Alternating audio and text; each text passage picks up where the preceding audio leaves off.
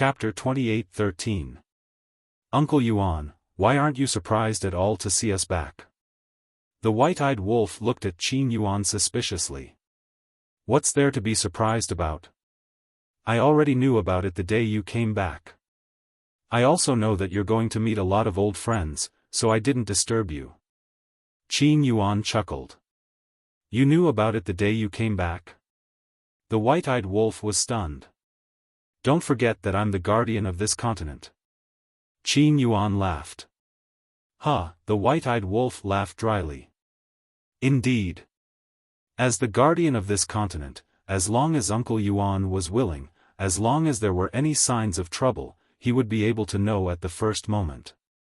Don't just stand there. Sit down and talk. Qin Yuan said. Bai Long looked at the teapot on the table and said, We're not here to drink tea with you this time. Qin Yuan was stunned. Do you know why I'm so happy? It's because I've broken the curse. Bai Long said. What? Broken the curse? Qin Yuan looked at Bai Long in surprise. Look.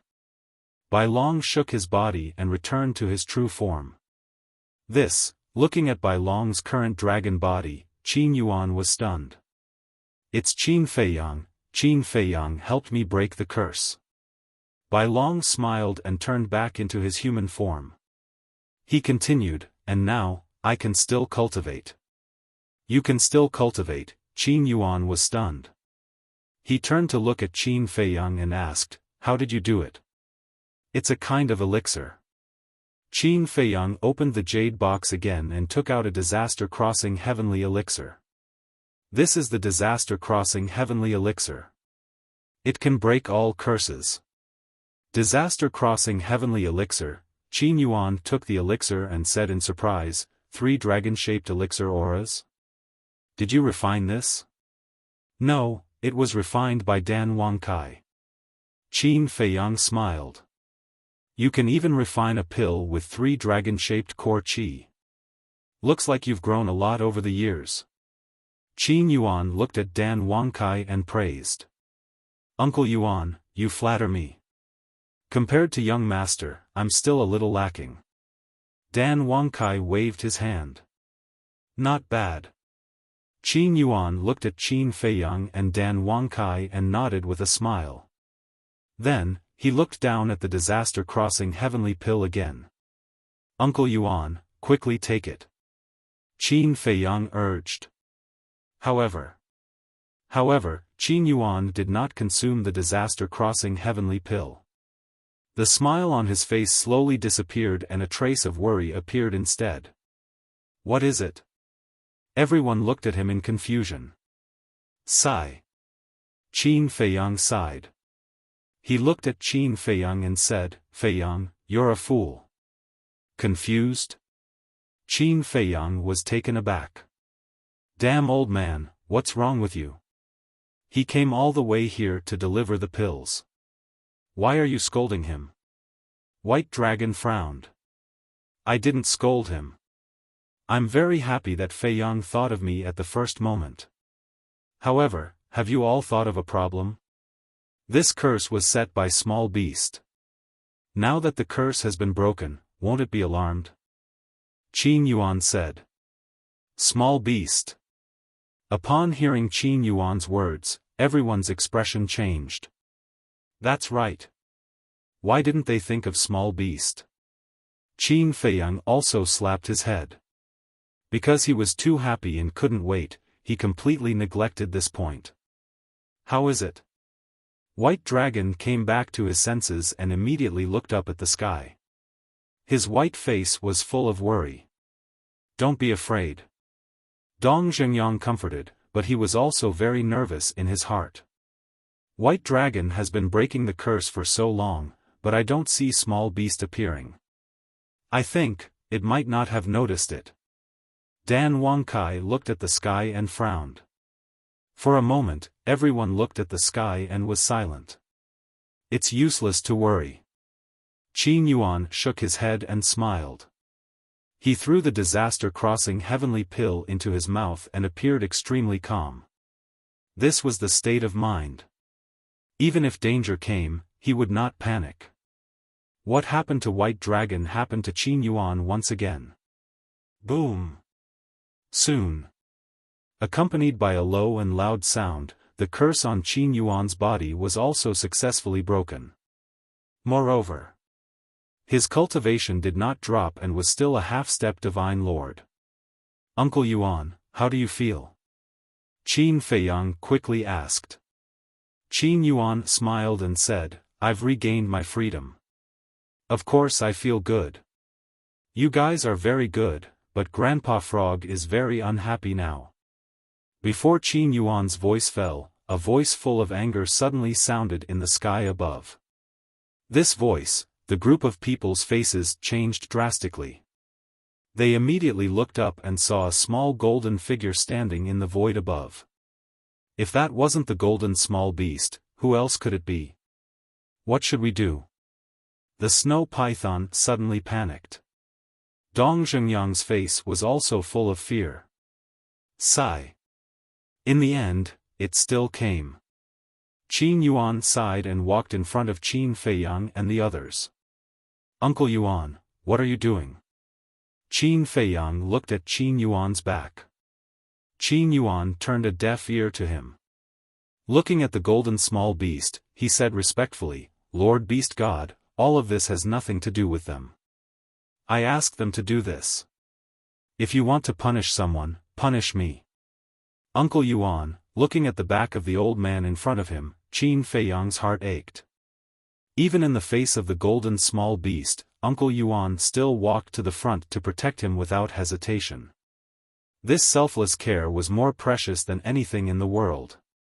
How could he let such an old man get hurt because of him? Swish! Qin Feiyang looked up at the small beast and said, It was all done by me.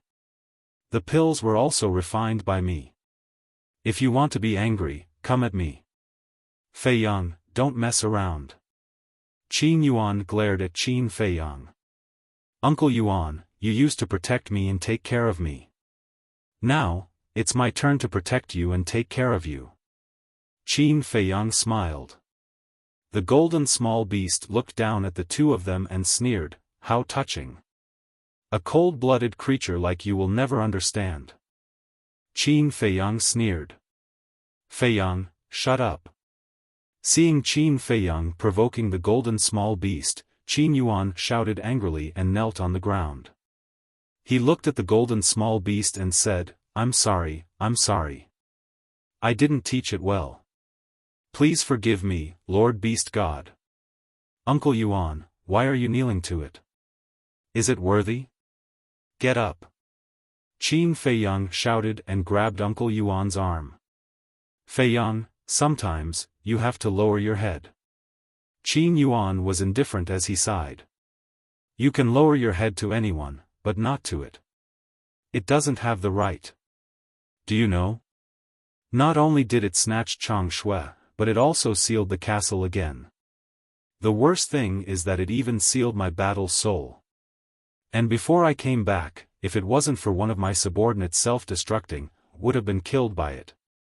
Qin Feiyang's eyes were burning with anger. That's right. This piece of trash doesn't deserve to kneel to you. The white-eyed wolf roared. It sealed the castle again and sealed the battle soul? Qin Feiyang looked at the white-eyed wolf and Qin Feiyang in a daze. He never thought that Qin Feiyang and the others would have such a deep grudge with the beast god. The golden small beast looked at Qin Feiyang and the white-eyed wolf and said, It seems that you have a prejudice against Uncle Frog. So what? I've already returned to the great Qin, and you still won't let me go? Qin Feiyang said angrily. You're still so confident? If you hadn't broken the curse on them, would Uncle Frog have come to such a small place? The golden small beast's eyes were full of disdain. Since you don't like such a small place, then get lost. Qin Feiyang roared. You're getting more and more arrogant. The golden small beast's eyes flashed with killing intent, and a wisp of golden divine power swept out. It was obviously very slow, but Qin Feiyang found that he couldn't dodge it. Moreover, his body seemed to be frozen, and he couldn't move at all. Poof! The divine power entered Qin Feiyang's chest, and a blood puppet the size of a football appeared. It was penetrated from the front to the back, and blood was flowing out. So strong. Seeing this scene, Dong Zhengyang, Dan Wangkai, Yan Wei, Wang Xiaojie, Wang Yangfeng, Bai Long, and Qin Yuan were all shocked. I've let you go time and time again. Do you really think Uncle Frog can't bear to kill you? The golden small beast looked at Qin Feiyang with disdain. Of course, it's easy for you to kill me. But I'm not convinced. We refined the disaster crossing heavenly pill ourselves, and we didn't ask anyone for help. What right do you have to stop us? Qin Feiyang said angrily, and his face was almost distorted. You still dare to be arrogant? The golden small beast raised its eyebrows. Qin Yuan saw that the situation was not good, and he hurriedly shouted, Lord Beast God, please show mercy, get lost. The golden small beast roared, and its voice was like thunder. It turned into an invisible sound wave, and it shook Qin Yuan until he kept vomiting blood. Uncle Yuan, Qin Feiyang's face changed drastically, and he quickly ran to Qin Yuan's side. Feiyang, give up. You'll never be a match for it. Qin Yuan sighed. No. Qin Feiyang shook his head, looked up at the golden small beast, and roared, I've said it before, if you have anything, come at me, don't hurt the people around me. When you helped them break the curse, their deaths were already destined. So you can't blame me, because you're the one who caused their deaths. The golden small beast shook its head coldly, and two strands of divine power flew out, respectively towards Qin Yuan and White Dragon. Bastard! Don't go too far.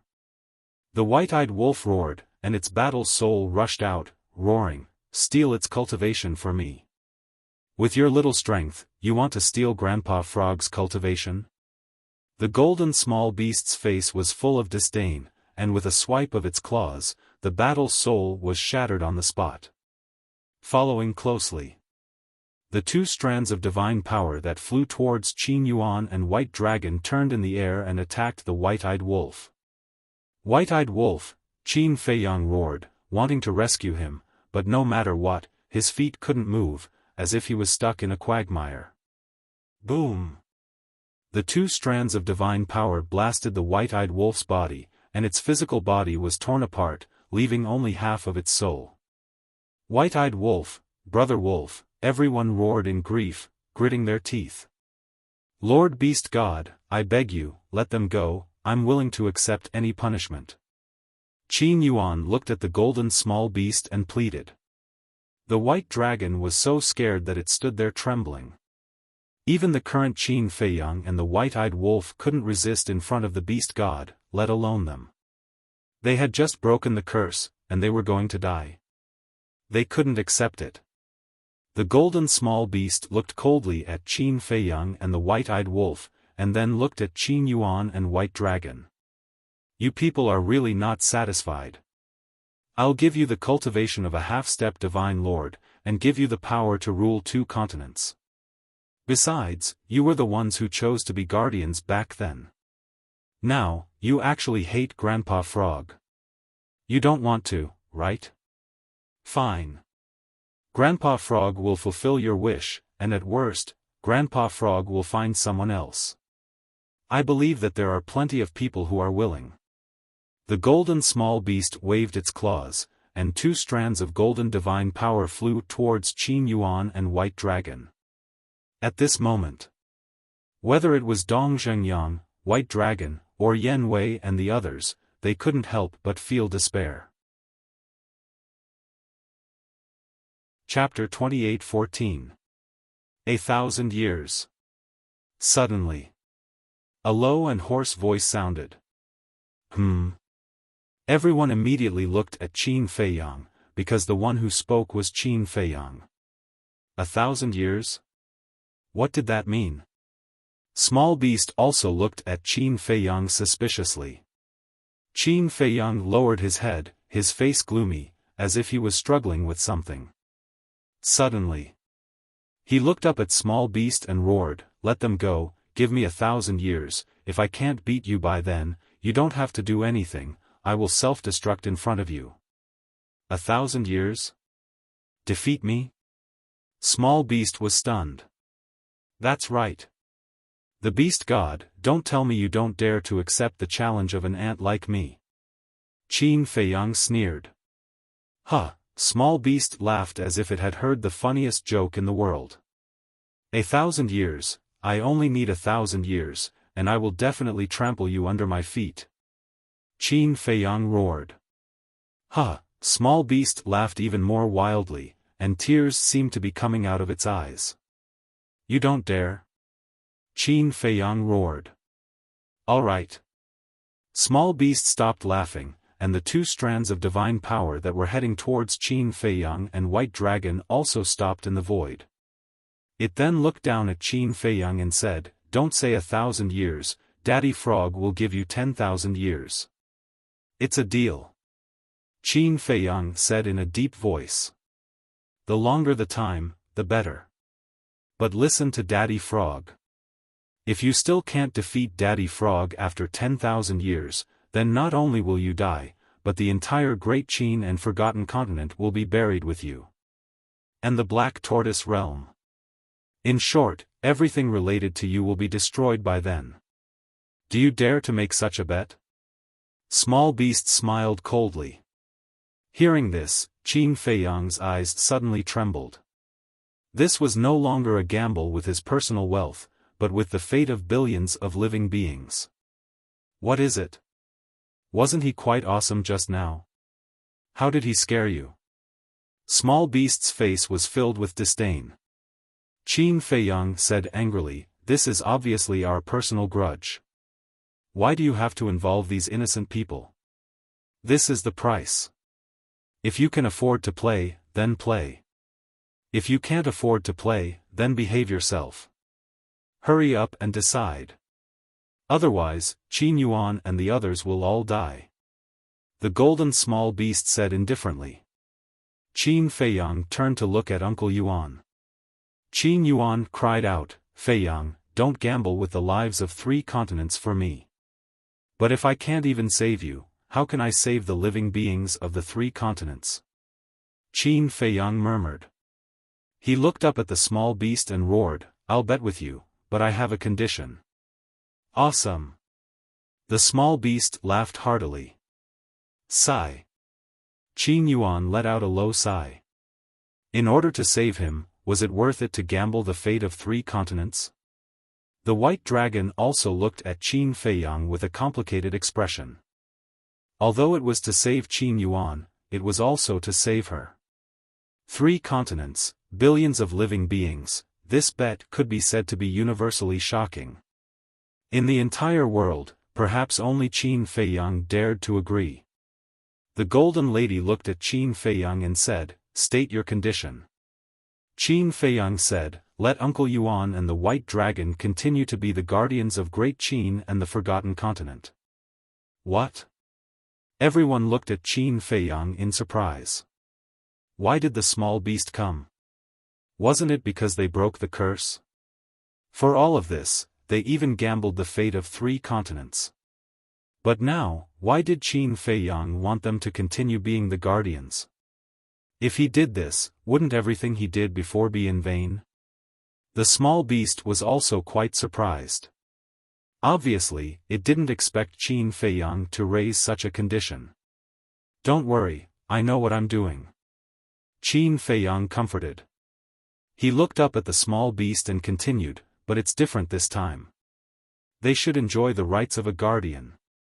Didn't Lord Frog already give them the cultivation of a half-step divine lord and the authority to rule 2 continents? The Small Beast frowned. This is considered the rights of a guardian? A true guardian should be like the fire python, controlling the power of the natural order, and can't put curses on them. Qin Feiyang said in a deep voice. You know quite a lot. But aren't you afraid that if you really give them the authority to control the power of the natural order, their ambitions will grow and they will bring disaster to the two continents? The small beast looked at him playfully. You don't have to worry about this. Since they are guardians, they should enjoy these rights. Otherwise, who would be willing? Even if someone is willing at the beginning, after a long time, they will still resent you. Today's matter will happen again. Is this what you want to see? Of course. With your strength, killing them is as easy as flipping your hand, but I believe that you don't like this kind of trouble. Qin Feiyang said in a deep voice. The small beast was silent. Uncle Yuan, Bai Long, and the fire python, although they are in different places, they are all guardians. They should enjoy the same treatment. This is my only condition. I believe that for you, it is just a small matter. Qin Feiyang said.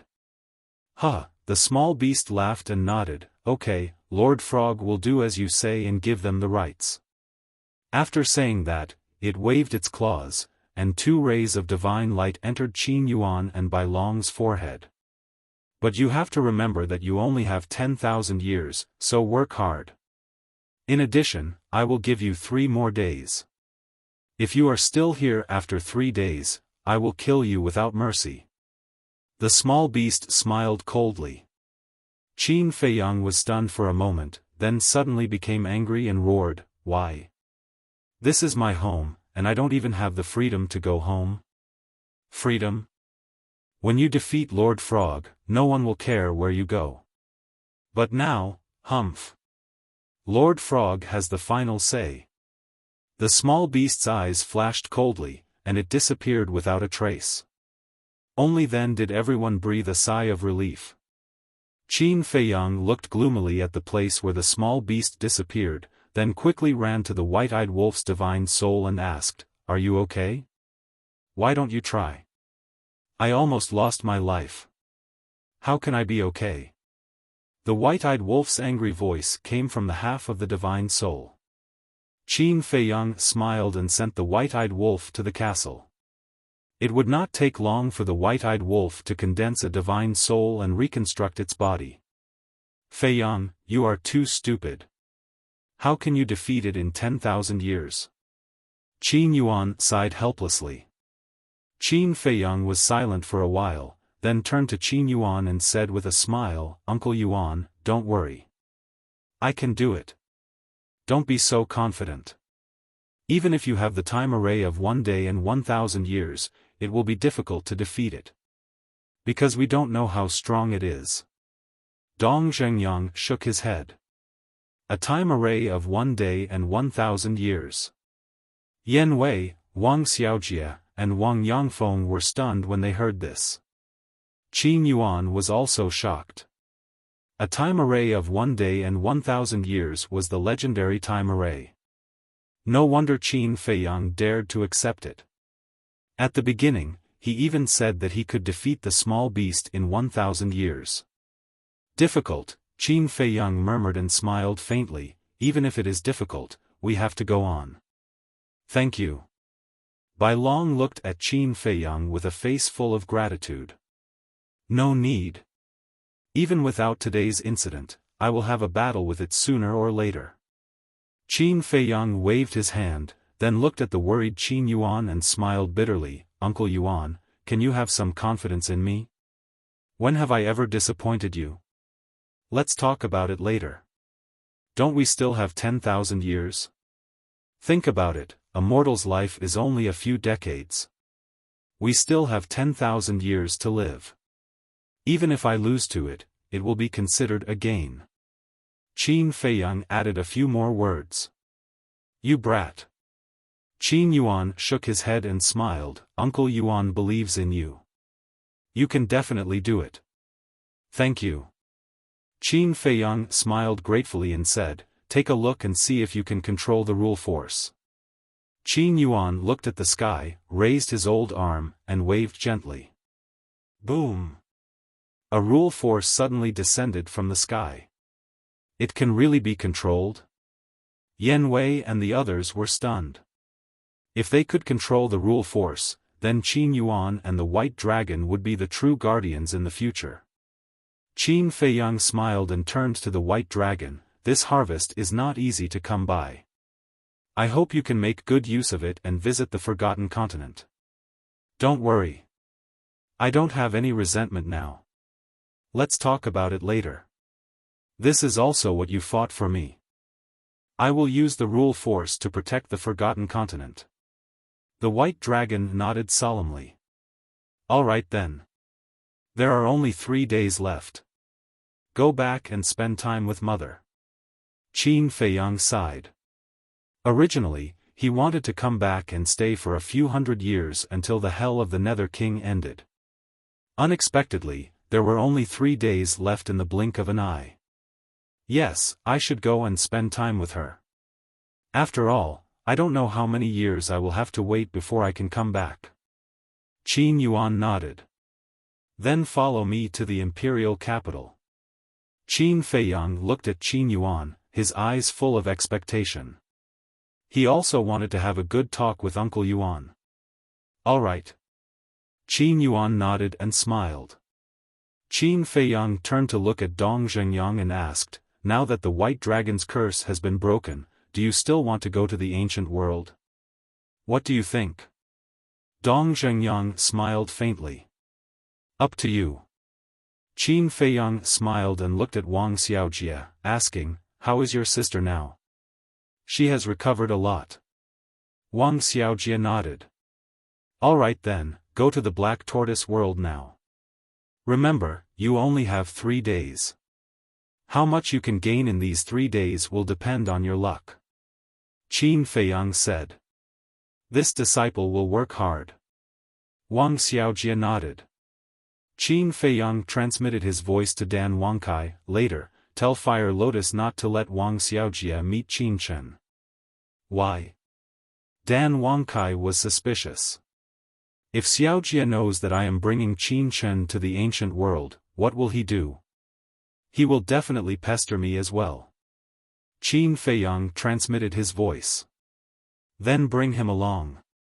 Dan Wangkai thought. No. He still has his mother and sister to take care of. I won't let him die outside. Qin Feiyang transmitted his voice. All right. Dan Wangkai secretly agreed. Qin Feiyang waved his hand and sent Wang Xiaojie and Dan Wangkai to the castle. Then, Qin Feiyang looked at Wang Yuanshan and Yen Wei, and laughed, I haven't had a good gathering with you guys since I came back, let's go to the imperial capital together. All right. The two of them nodded. But when we return to the imperial capital, don't mention what happened here to anyone, especially Mother. Qin Feiyang reminded everyone. You don't need to tell us that. We know that. Everyone nodded. Because this was Qin Feiyang's personality. If there was anything, he would shoulder it himself, and he didn't want everyone to worry together with him. Then let's go. Qin Feiyang smiled slightly. Bai Long looked at Qin Feiyang and said, I will return to Forgotten Continent first, I will come to send you off the day after tomorrow. Dong Zhengyang also looked at Qin Feiyang, and laughed, I will also go to Forgotten Continent and accompany her. Up to you. Qin Feiyang laughed, and then looked at Qin Yuan. Qin Yuan waved his hand, sweeping up Qin Feiyang and the others, and disappeared without a trace. Chapter 28:15. Do you really want to go again? After Qin Feiyang and the rest left, Bai Long turned to look at Dong Zhengyang and asked. Of course. Dong Zhengyang nodded. Why? Bai Long frowned. In the end, Qin Feiyang made this gamble of fate with the little beast in order to help you and Qin Yuan. How can I sit back and do nothing when it's related to you? We'll talk about it later. Small beast must also be dealt with. Otherwise, it will find me sooner or later. Dong Zhengyang said in a low voice. Bai Long asked, because of the Eye of Destiny? Yes. Dong Zhengyang nodded, pondered for a while, and then sighed. I'll be frank with you. People like us who have awakened the heaven-defying fighting soul are born with a mission. Even if you hide from the world, someone will come to you sooner or later. What exactly is the mission? Bai Long frowned. Dong Zhengyang looked up at the sky and muttered, the battle of destiny, the redemption of death. The battle of destiny, the redemption of death. Bai Long muttered. The white dragon murmured, completely unable to understand. The Arch Palace. Lu Qiuyu was very happy these days. She seemed to be a few years younger. Autumn Rain Restaurant. At this moment, Lu Qiuyu was sitting in the pavilion with two maids. She was making exquisite pastries. One of the maids smiled and said, Your Highness, you've been making pastries every day. How can His Highness finish them? Anyway, Feiyang will be here for a long time. Take your time. Lu Qiuyu smiled. His Highness is so lucky to have you as his mother. The two maids were envious. You're wrong. I'm so lucky to have this son. Lu Qiuyu smiled. You have such a good relationship with your son. But His Highness has been away for a few days. Why hasn't he returned? The two maids frowned. Lu Qiuyu said, He has many friends. He will definitely be away for a few days. One of the maids said unhappily, How can his friends be more important than his mother? What are you saying? How can this be compared? Lu Qiuyu was unhappy. I'm sorry, Your Highness. The maid hurriedly apologized. At home, I rely on my parents. Outside, I rely on my friends. So, whether it's family or friends, they are all equally important. The two of you are too young and haven't experienced much. Lu Qiuyu looked at the two maids and shook her head. Yes, yes, yes. The two of them giggled, as if they were not very afraid of this empress. Of course. This was related to Lu Qiuyu's personality. Even though she was the mother of a nation, she did not put on any airs, and appeared to be extremely amiable. Therefore, the maidservant by her side was not very afraid. But there was definitely reverence. After all, Lu Qiuyu was already very strong. Mother, suddenly. A laugh came from outside the garden. Lu Qiuyu looked up and saw a group of people standing at the entrance. They were Qin Feiyang, Qin Yuan, Yan Wei, and Wang Yangfeng. Lu Qiuyu saw that Qin Yuan, Yan Wei, and Wang Yangfeng were also present. She quickly put down the pastries in her hands and stood up to welcome them. Greetings, Your Highness. Yan Wei and Wang Yangfeng bowed. No need to be so polite, no need to be so polite. Lu Qiuyu hurriedly waved her hand and said with a smile, I really didn't expect you guys to come. Yan Wei said, I just hope that Your Highness won't blame us for disturbing you. No, no. I'm only happy that everyone is here. Lu Qiuyu smiled slightly, then looked at Qin Yuan and shook her head, You are even more difficult to invite than them. All these years, I sent someone to invite you every time during the holidays, but you never came. Qin Yuan shook his head and said with a smile, I've long been used to this kind of life. It's too lively and I'm not used to it. Lu Qiuyu said, Then it seems that Feiyang has the face to invite you over immediately. Qin Feiyang looked at Qin Yuan and said, Uncle Yuan, we are all family. If you are invited to come during the holidays, just come. There's no need to be polite. Qin Yuan smiled bitterly and said, Don't listen to your mother. I'm not polite. I've also come many times. I remember every time you came. In the past few hundred years, there have only been 10 times. Lu Qiuyu was dissatisfied. All right. I will definitely come often in the future. Qin Yuan shook his head and smiled. That's more like it. Go inside and sit.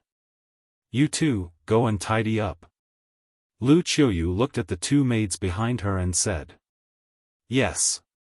The two maids nodded and turned to run into the pavilion.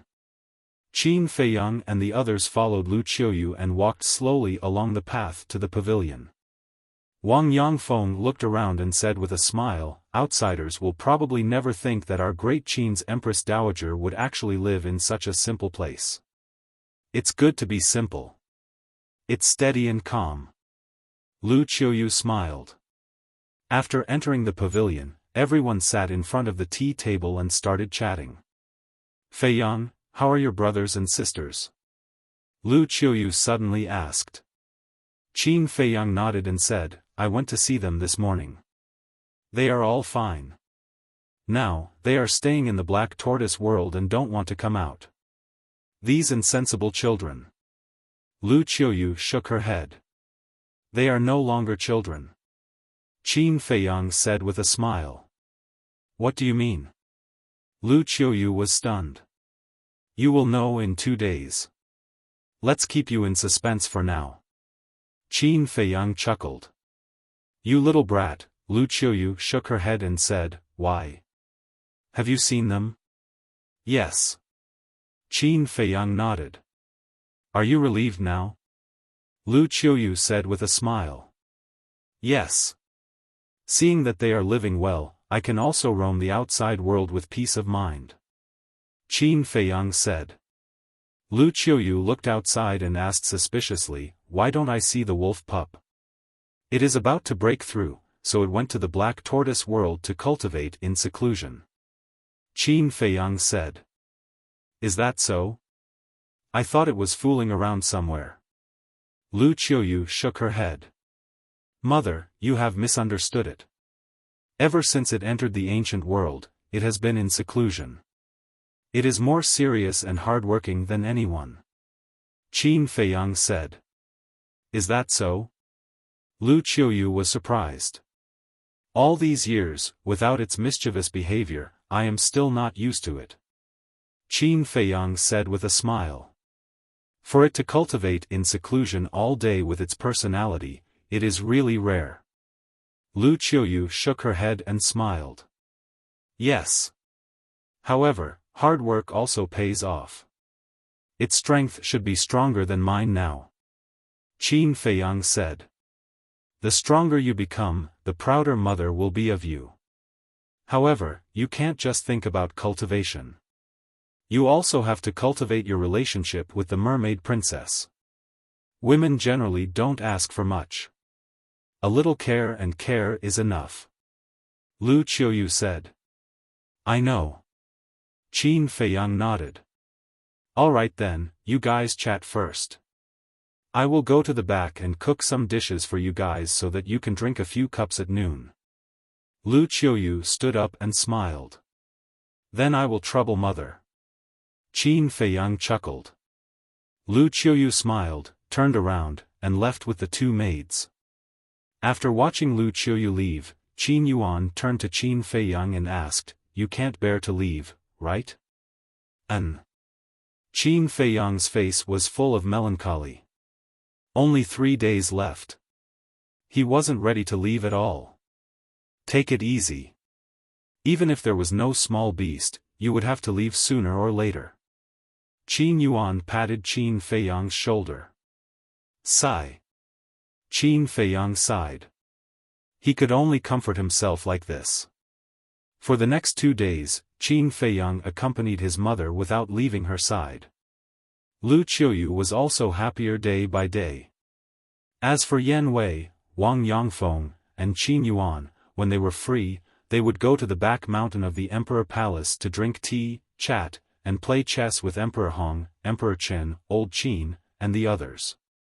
However, happy times always passed quickly. The 3rd day. Early morning. Qin Feiyang got up early in the morning. After washing up, he stood on the balcony of the 2nd floor and looked up at the slowly rising sun. This was already the last day. He would leave tomorrow morning. Even if he was reluctant, he couldn't change it. This was strength. Today, in front of Small Beast, he didn't even have the right to stay at home for 1 more day. Crack. Unconsciously, he clenched his fists, and his joints made crisp cracking sounds. If he wanted true freedom, not only did he have to defeat Small Beast and Ice Dragon, but he also had to transcend this world. In other words, he had to defeat the god of creation. The road ahead was long. "You're up so early. What are you looking at? So engrossed?" Lu Qiuyu stood beside Qin Feiyang without him noticing. Qin Feiyang quickly collected his thoughts, loosened his clenched fists, turned to look at Lu Qiuyu, and said with a smile, "Maybe I drank too much last night. My head hurts, so I can't sleep." Last night. He, Yan Wei, Wang Yangfeng, Uncle Yuan, Monarch Qin, Monarch Hong, Monarch Qin, Old Qin, and the others drank and chatted until midnight. He did drink a lot. Don't drink too much. Your father too. He knows you can't hold your liquor, but he keeps drinking with you. I'll go and scold him later. Lu Qiuyu said. No, no, no. Father is also happy. Besides, I can't drink with them much. Qin Feiyang said with a smile, but the last sentence was said in his heart. Yes. He was leaving tomorrow morning. How many more times could he drink? Okay, I'll go and make breakfast first. Lu Qiuyu smiled and turned to go downstairs. Qin Feiyang looked at his mother's back and couldn't help but feel sad. His mother was so happy now, but if she knew that he was leaving tomorrow, how disappointed would she be? He couldn't bear it and didn't want to ruin his mother's happy mood. Don't talk about it if you don't want to. Spend the day happily. Qin Yuan walked to Qin Feiyang's side and said with a smile. Qin Feiyang looked at Uncle Yuan and nodded with a smile. Then let's go down and have some morning tea. I like the heavenly immortal you brought back very much. Qin Yuan said with a smile. If you like it, I'll give you a few £100 later. Qin Feiyang said. A few £100? Qin Yuan was stunned. What's a few £100? I can take out a few £1,000. Qin Feiyang smiled proudly. This was not a joke. Although this kind of tea grew too slowly and the leaf tips were the most tender, but after so many years, the fire lotus had accumulated a lot. After all, this 1 day and 1,000 years time array was not a joke. Chapter 28:16. Qin Feiyang and Qin Yuan sat in the pavilion. Just as they finished brewing tea, Yan Wei and Wang Yangfeng walked out. Like Qin Feiyang, the three of them had been staying in the Autumn Rain Inn for the past few days. There were many rooms in the Autumn Rain Inn, and a dozen more could stay there. However, it wasn't easy to stay in the Autumn Rain Inn. After all, this was the residence of the emperor and his wife. Morning. Qin Feiyang looked at the two of them and smiled. The two of them smiled and walked into the pavilion to drink tea together. I really envy you guys. Soon. The emperor also walked out in his dragon robe. Looking at Qin Feiyang and the other three, he shook his head and said. Others are also envious of you. Yan Wei smiled. Forget it. When can I be like you guys, sitting here early in the morning and drinking tea freely? That will be enough. Let's not talk about it anymore. I'll go to the morning assembly first. I'll come back to accompany you guys later. After saying that, the emperor quickly left. See. The emperor who seems to be endlessly glorious to others also has troubles. Qin Yuan shook his head. There's nothing we can do about it. Many people only see the surface. Only when he reaches this step and sits on this position can he understand the helplessness and troubles. Yan Wei said. Isn't life like this? Qin Feiyang smiled faintly, took out a brush, ink, paper, and inkstone, and placed them neatly on the stone table. What are you doing? Qin Yuan and the other two looked at him suspiciously. Before leaving, I have to leave something behind. Qin Feiyang smiled. The three of them looked at each other.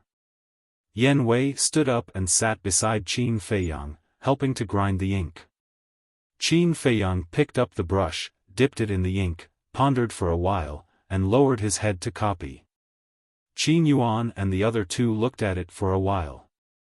It turned out to be a kind of pill formula. Chaos Divine Pill, Nirvana Divine Pill, etc. After a while, Qin Feiyang finally finished copying. Feiyang, your intentions are good, but have you considered that Great Qin and the Forgotten Continent don't have such medicinal ingredients? Qin Yuan said.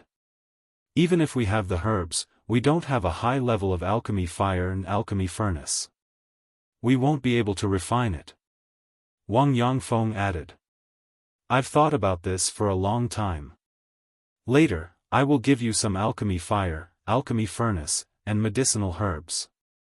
After I leave, I will give them to my mother. Qin Feiyang smiled. Yan Wei said, but we don't have an alchemist of that level. Take it slow. Who didn't climb up step by step? Maybe in the future, a powerful alchemist will be born by our side? Qin Feiyang smiled. All right. The three of them looked at each other and nodded. Uncle Yuan, please keep this pill formula for now. Qin Feiyang folded the pill recipe and handed it to Qin Yuan. Qin Yuan took it in his hand, looked at Qin Feiyang, and sighed inwardly. For Great Qin, this child had already done too much. Emperor Hong and Emperor Chen often said that Qin Feiyang was Great Qin's fortune, and he deserved it. Qin Feiyang pondered for a moment, raised his head and looked at the pavilion. Seeing that his mother didn't appear, he lowered his head and continued to write. This wasn't a pill formula, but a letter. A farewell letter to his mother, father, and all his friends and family. Yes. He wanted to use this method to bid farewell. Because he really didn't want to see everyone's sad and tearful expressions when they saw him off. Although everyone would be sad when they saw the letter, at least he wouldn't see it with his own eyes. If he didn't see it with his own eyes, his heart would feel better. A moment later, Qin Feiyang wrote an entire page, then dried the ink, folded it, and handed it to Qin Yuan. Then, Qin Feiyang put away the brush, ink, paper, and inkstone, took a sip of tea, and then looked at Qin Yuan and the other two, who all looked at him with a disappointed face, and couldn't help but shake his head and smile. What are you guys doing? Didn't I just say that we have to spend the day happily? Besides, if mother sees your expressions, she will definitely be suspicious. Qin Feiyang said. Qin Yuan said helplessly, you still have the mood to comfort us? What a joke, I am someone who has seen the world, my state of mind is definitely better than yours. Qin Feiyang smiled proudly. Qin Yuan and the other two looked at each other and laughed. What are you laughing at? So happy. At this moment, Lu Qiuyu walked out and looked at them and asked with a smile. Nothing, we just talked about some funny topics. Qin Feiyang shook his head. All right then, come in and finish eating. Lu Qiuyu said. After breakfast, Qin Feiyang helped to tidy up the bowls and chopsticks, looked at Lu Qiuyu and said, Mother, I will go out for a walk with Uncle Yuan. Okay. Lu Qiuyu nodded. Qin Feiyang then looked at Yan Wei and Wang Yangfeng, and said, You guys also have to work hard, make a trip to the Lu family, Forgotten Continent, Spirit State, and call everyone who needs to be called. Then when they ask, what should we say? The two asked secretly. Just say that it's more lively with more people, everyone has a good gathering. Qin Feiyang said. Okay. The two nodded and got up to leave. Uncle Yuan, let's go too. Qin Feiyang smiled at Qin Yuan and flew towards the back of the mountain. Greetings, Your Highness. At the entrance of the back of the mountain, the Kirin army guarding outside immediately bowed. Qin Feiyang nodded and followed Qin Yuan straight into the back of the mountain. At this time, the back of the mountain was surrounded by clouds and mist, like a fairyland. With the 10 crystal veins and spirit veins, this place had become a holy land for cultivation. Qin Yuan said with a smile, "This time you came back, you have made a great contribution again." Contribution?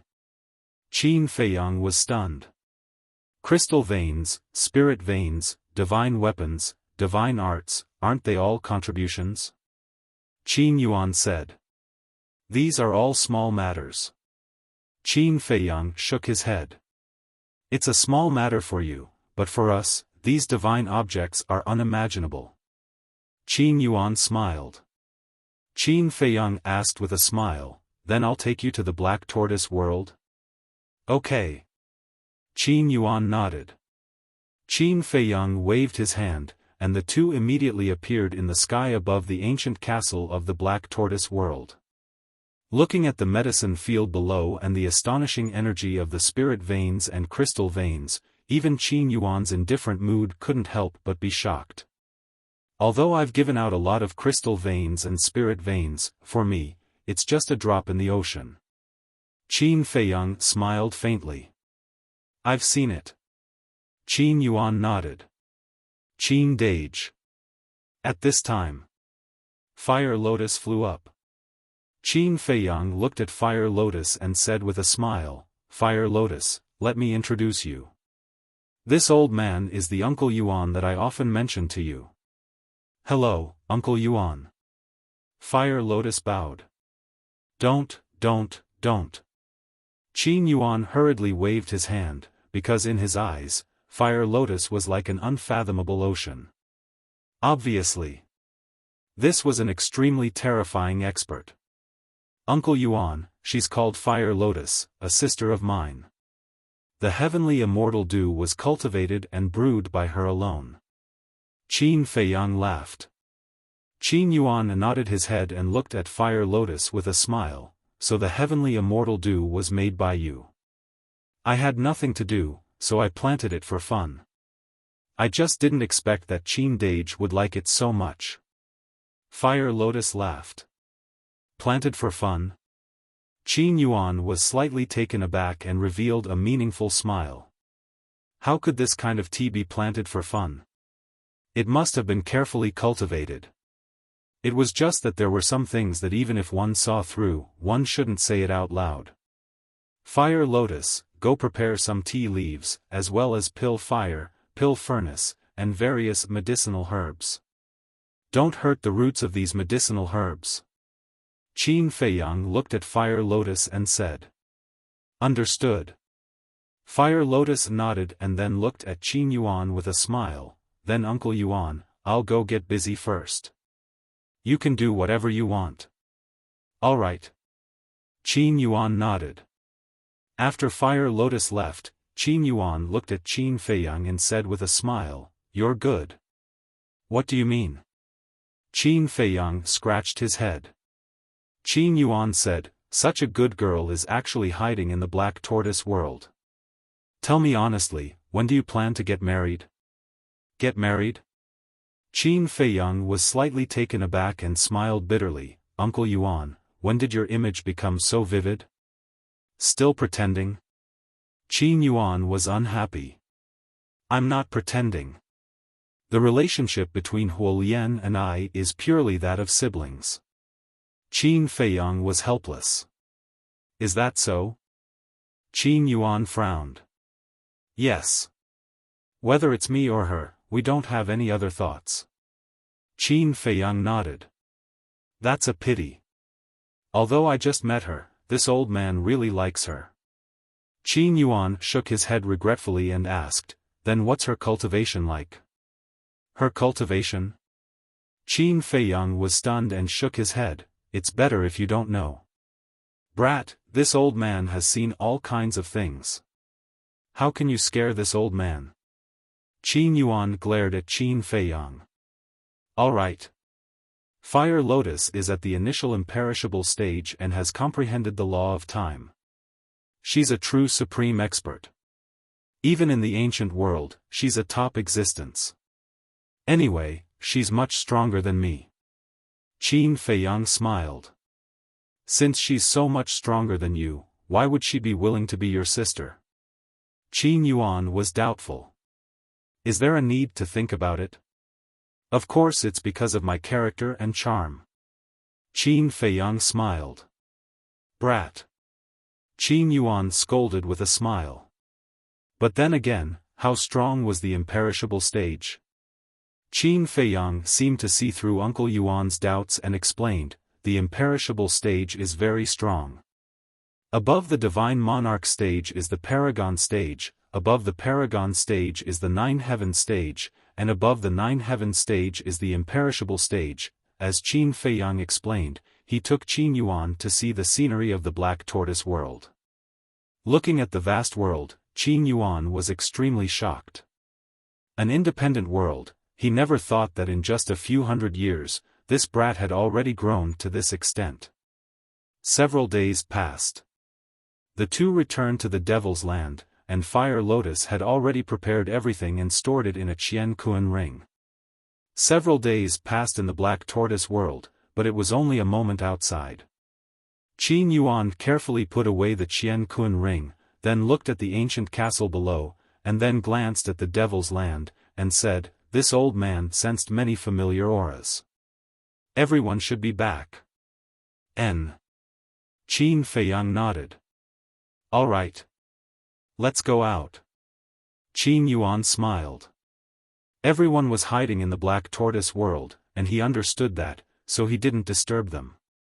Fire Lotus smiled and said, "Uncle Yuan, take care." Qin Yuan said, "In the future, I'll have to trouble you to take care of Feiyang. I'm not afraid of being laughed at, but it has always been Qin Dage taking care of me." Fire Lotus said. "He can take care of you. It's good enough that he doesn't cause you trouble." Qin Yuan shook his head. "Uncle Yuan, am I so unbearable?" Qin Feiyang was speechless. Qin Yuan shook his head and smiled, then glanced at the continent in front of him and said, "Let's go." Qin Feiyang waved his hand, and the two appeared in the sky above the back mountain again, then walked toward the deepest part of the mountain, where Emperor Hong and Emperor Chen lived. Chapter 28:17. Entering the deepest part of the back mountain, Qin Feiyang saw Emperor Hong and Emperor Chen sitting by the lake, drinking morning tea. "Grandpa, great-grandpa." Qin Feiyang waved and smiled. "Morning." Emperor Hong and Emperor Chen raised their heads, smiling at Qin Feiyang and Emperor Chen. The two walked over and sat on the side. "Drink." Emperor Chen poured 2 cups of tea and pushed them in front of Qin Feiyang and Qin Yuan. Qin Feiyang smiled, took a sip of tea, and then looked at the statues in the center of the lake. "What are you looking at?" Emperor Chen asked suspiciously. "Maybe, what else can I leave behind?" Qin Feiyang murmured.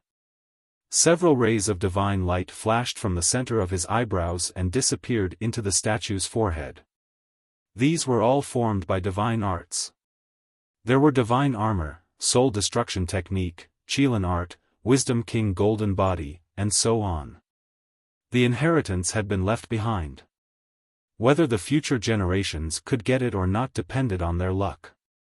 "What are you doing?" Emperor Hong and Emperor Chen looked at each other and then at Qin Feiyang, puzzled.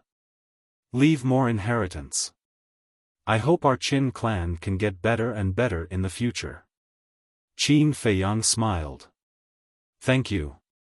Emperor Hong smiled with relief. "What I can do is to the best of my ability." Qin Feiyang shook his head. "That's enough." Emperor Hong nodded. Emperor Chen asked, "Feiyang, since you're making arrangements so early, has the departure time been decided?" Qin Feiyang and Qin Yuan looked at each other. Qin Feiyang said, "To be honest, the time has been decided." "When?" Emperor Chen asked. "Tomorrow morning." Qin Feiyang said. "So soon?" Emperor Hong and Emperor Chen froze. Yes.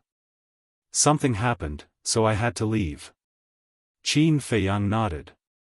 Emperor Hong came to a realization and said, "No wonder you've been staying in the imperial palace these past 2 days.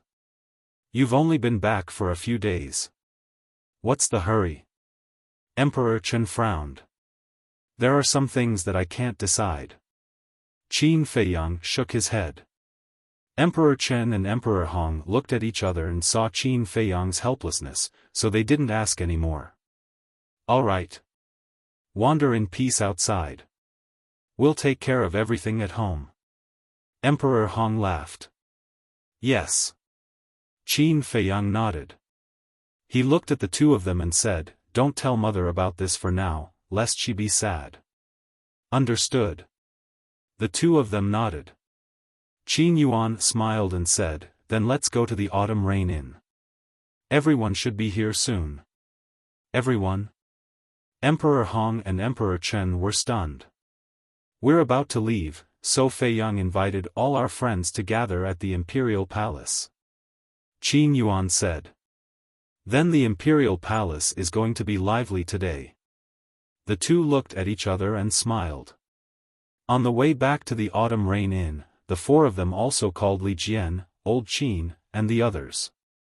Qin Feiyang didn't hide anything from them. They didn't say much and went to the Autumn Rain Inn with smiles. Arriving at the Autumn Rain Inn, Qin Feiyang saw 7 people sitting in the pavilion drinking tea and chatting. It was Lu Zheng, Lu Hong, Uncle He, and the 4 grandpas.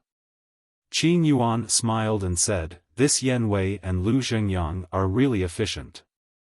Qin Feiyang smiled and walked toward the pavilion. "You old geezers, why do you have time to come to our imperial palace?" The Flood Emperor pretended to be surprised. "What? Do we have to get your permission?" The 4th grandpa said with a cold face. "Of course not. What I mean is, if you're coming, let me know in advance so that I can welcome you." Emperor Hong hurriedly waved his hand. "How dare we trouble you?" Lu Yun said. "Huh," the old geezers looked at each other and couldn't help laughing. "Greetings, Emperor Hong." "Greetings, Emperor Chen." "Greetings, Uncle Yuan." Lu Hong got up and saluted. "Didn't I tell you to call me Grandpa and Great-Grandpa in the future? Why is it still Emperor Hong? Emperor Chen? So distant." Emperor Chen was dissatisfied. Lu Hong smiled and said, "Grandpa, Great-Grandpa. That's right. You young people talk." After saying that, Emperor Chen sat at the stone table and chatted with the 4 grandpas. The old geezers got together to drink tea and chat, laughing constantly. Lu Zheng and Lu Hong pulled Qin Feiyang to the side. "What?" Qin Feiyang looked at the two suspiciously. Lu Zheng frowned and said, "Why did you suddenly call us to the imperial palace?" Qin Feiyang was speechless. "What else? Of course, it's a family gathering. Is there really nothing else?" Lu Zheng and Lu Hong looked at him suspiciously. "No." Qin Feiyang shook his head. At this time, Lu Qiuyu stood at the door of the attic, looked at Qin Feiyang and said, "Feiyang, come here." "Okay." Qin Feiyang nodded, looked at Lu Zheng and Lu Hong, and whispered, "There will be more people coming later. Help me welcome them." After saying that, he ran to the attic. "More people are coming?" Lu Hong and Lu Qiuyu were stunned. Qin Feiyang ran to the door of the attic, looked at Lu Qiuyu, and asked with a smile, "Mother, what's the matter? I just heard from your grandpa that it was you who asked them to come to the imperial palace. What's going on?" Lu Qiuyu was suspicious. "What else can it be? I just want everyone to get together and be happy." Qin Feiyang laughed. He had expected his mother to ask, "Is there really nothing else?" Lu Qiuyu looked at him doubtfully. "There's really nothing else." Qin Feiyang was helpless. Lu Qiuyu said, "Don't lie to me. Even if you lend me dozens of guts, I won't dare to lie to you. Qin Feiyang smiled bitterly. All right. Then how do you plan to arrange so many people? Lu Qiuyu asked. What's there to arrange? They're not outsiders. Let's get together, drink tea, and chat. That's enough. Qin Feiyang said. How can you entertain guests casually like this? Lu Qiuyu was speechless and said, Okay, I'll arrange it. You go and chat with them. Then I'll have to trouble you, mother. Qin Feiyang smiled. Brat. Lu Qiuyu scolded with a smile. It's so lively. Suddenly, a hoarse laugh sounded. Everyone looked up and saw a group of people landing at the entrance of the garden. Old Master Ren, Uncle Yen, Ling Yunfei, Sister Wuxuang, Xuan Er. Lu Hong was stunned. Why are they all here? Ling Yunfei looked at the indifferent group of people and said in dissatisfaction, Hey, is there no one to receive us? We're guests after all. Scram. What kind of guest are you? If you want to come, then come. If you don't want to come, then leave. Lu Hong glared at Ling Yunfei, walked up, and smiled. Grandpa Ren, Uncle Yen, Uncle Jiang, Aunt Shui, Aunt Lu Ji, please come in. A group of people filed in. Lu Hong looked at Ling Yunfei's daughter and immediately squatted on the ground, smiling. Yen is already so big. You are? The little girl looked at Lu Hong suspiciously. Don't you remember? I even went to see you when you were young. Lu Hong laughed. The little girl shook her head. Yen this woman is a tigress. You'd better stay away from her in the future. Ling Yunfei held the little girl and taught her seriously. Who are you calling a tigress? Lu Hong immediately frowned. Whether she's a tigress or not, Lu Zheng has the most right to say. Ling Yunfei chuckled, looked at Lu Zheng standing not far away, and said, Lu Zheng, say something fair. You and I know it in our hearts. Why do you have to say it out loud? Lu Zheng winked. What did you say? Lu Hong immediately glared at him. No, my dear wife, this Ling Yunfei is a scum. You should stay away from him in the future. Lu Zheng quickly waved his hand and glared at Ling Yunfei fiercely. With the opposite sex, there's no humanity. Ling Yunfei shook his head sadly. The little girl looked at Ling Yunfei and said, Daddy, what do you mean by with the opposite sex, there's no humanity? The little girl suddenly asked this, and Ling Yunfei didn't know how to answer for a moment. See. Sooner or later, the child will be led astray by you. Zhao Xuan couldn't help but glare at Ling Yunfei. Ling Yunfei smiled embarrassedly. In the pavilion, Emperor Hong stood up and looked at Old Master Ren and the others. He said with a smile, Come, sit. I'm afraid we can't sit here. Jiang Zhengyi said with a smile. Yan Nanshan also chuckled, it feels more lively than the end of the year. Yeah. Everyone nodded. Lu Zheng, what are you still doing? Hurry up and bring some stools over. Lu Yun looked at Lu Zheng and shouted. Lu Zheng muttered, it seems that I'm also a guest. Lu Yun immediately stared. Okay, right away. Lu Zheng nodded and hurriedly ran into the attic. Looking at Qin Feiyang, he said angrily, You have the nerve to let me, a guest, busy myself? You're the only one who thinks of yourself as a guest.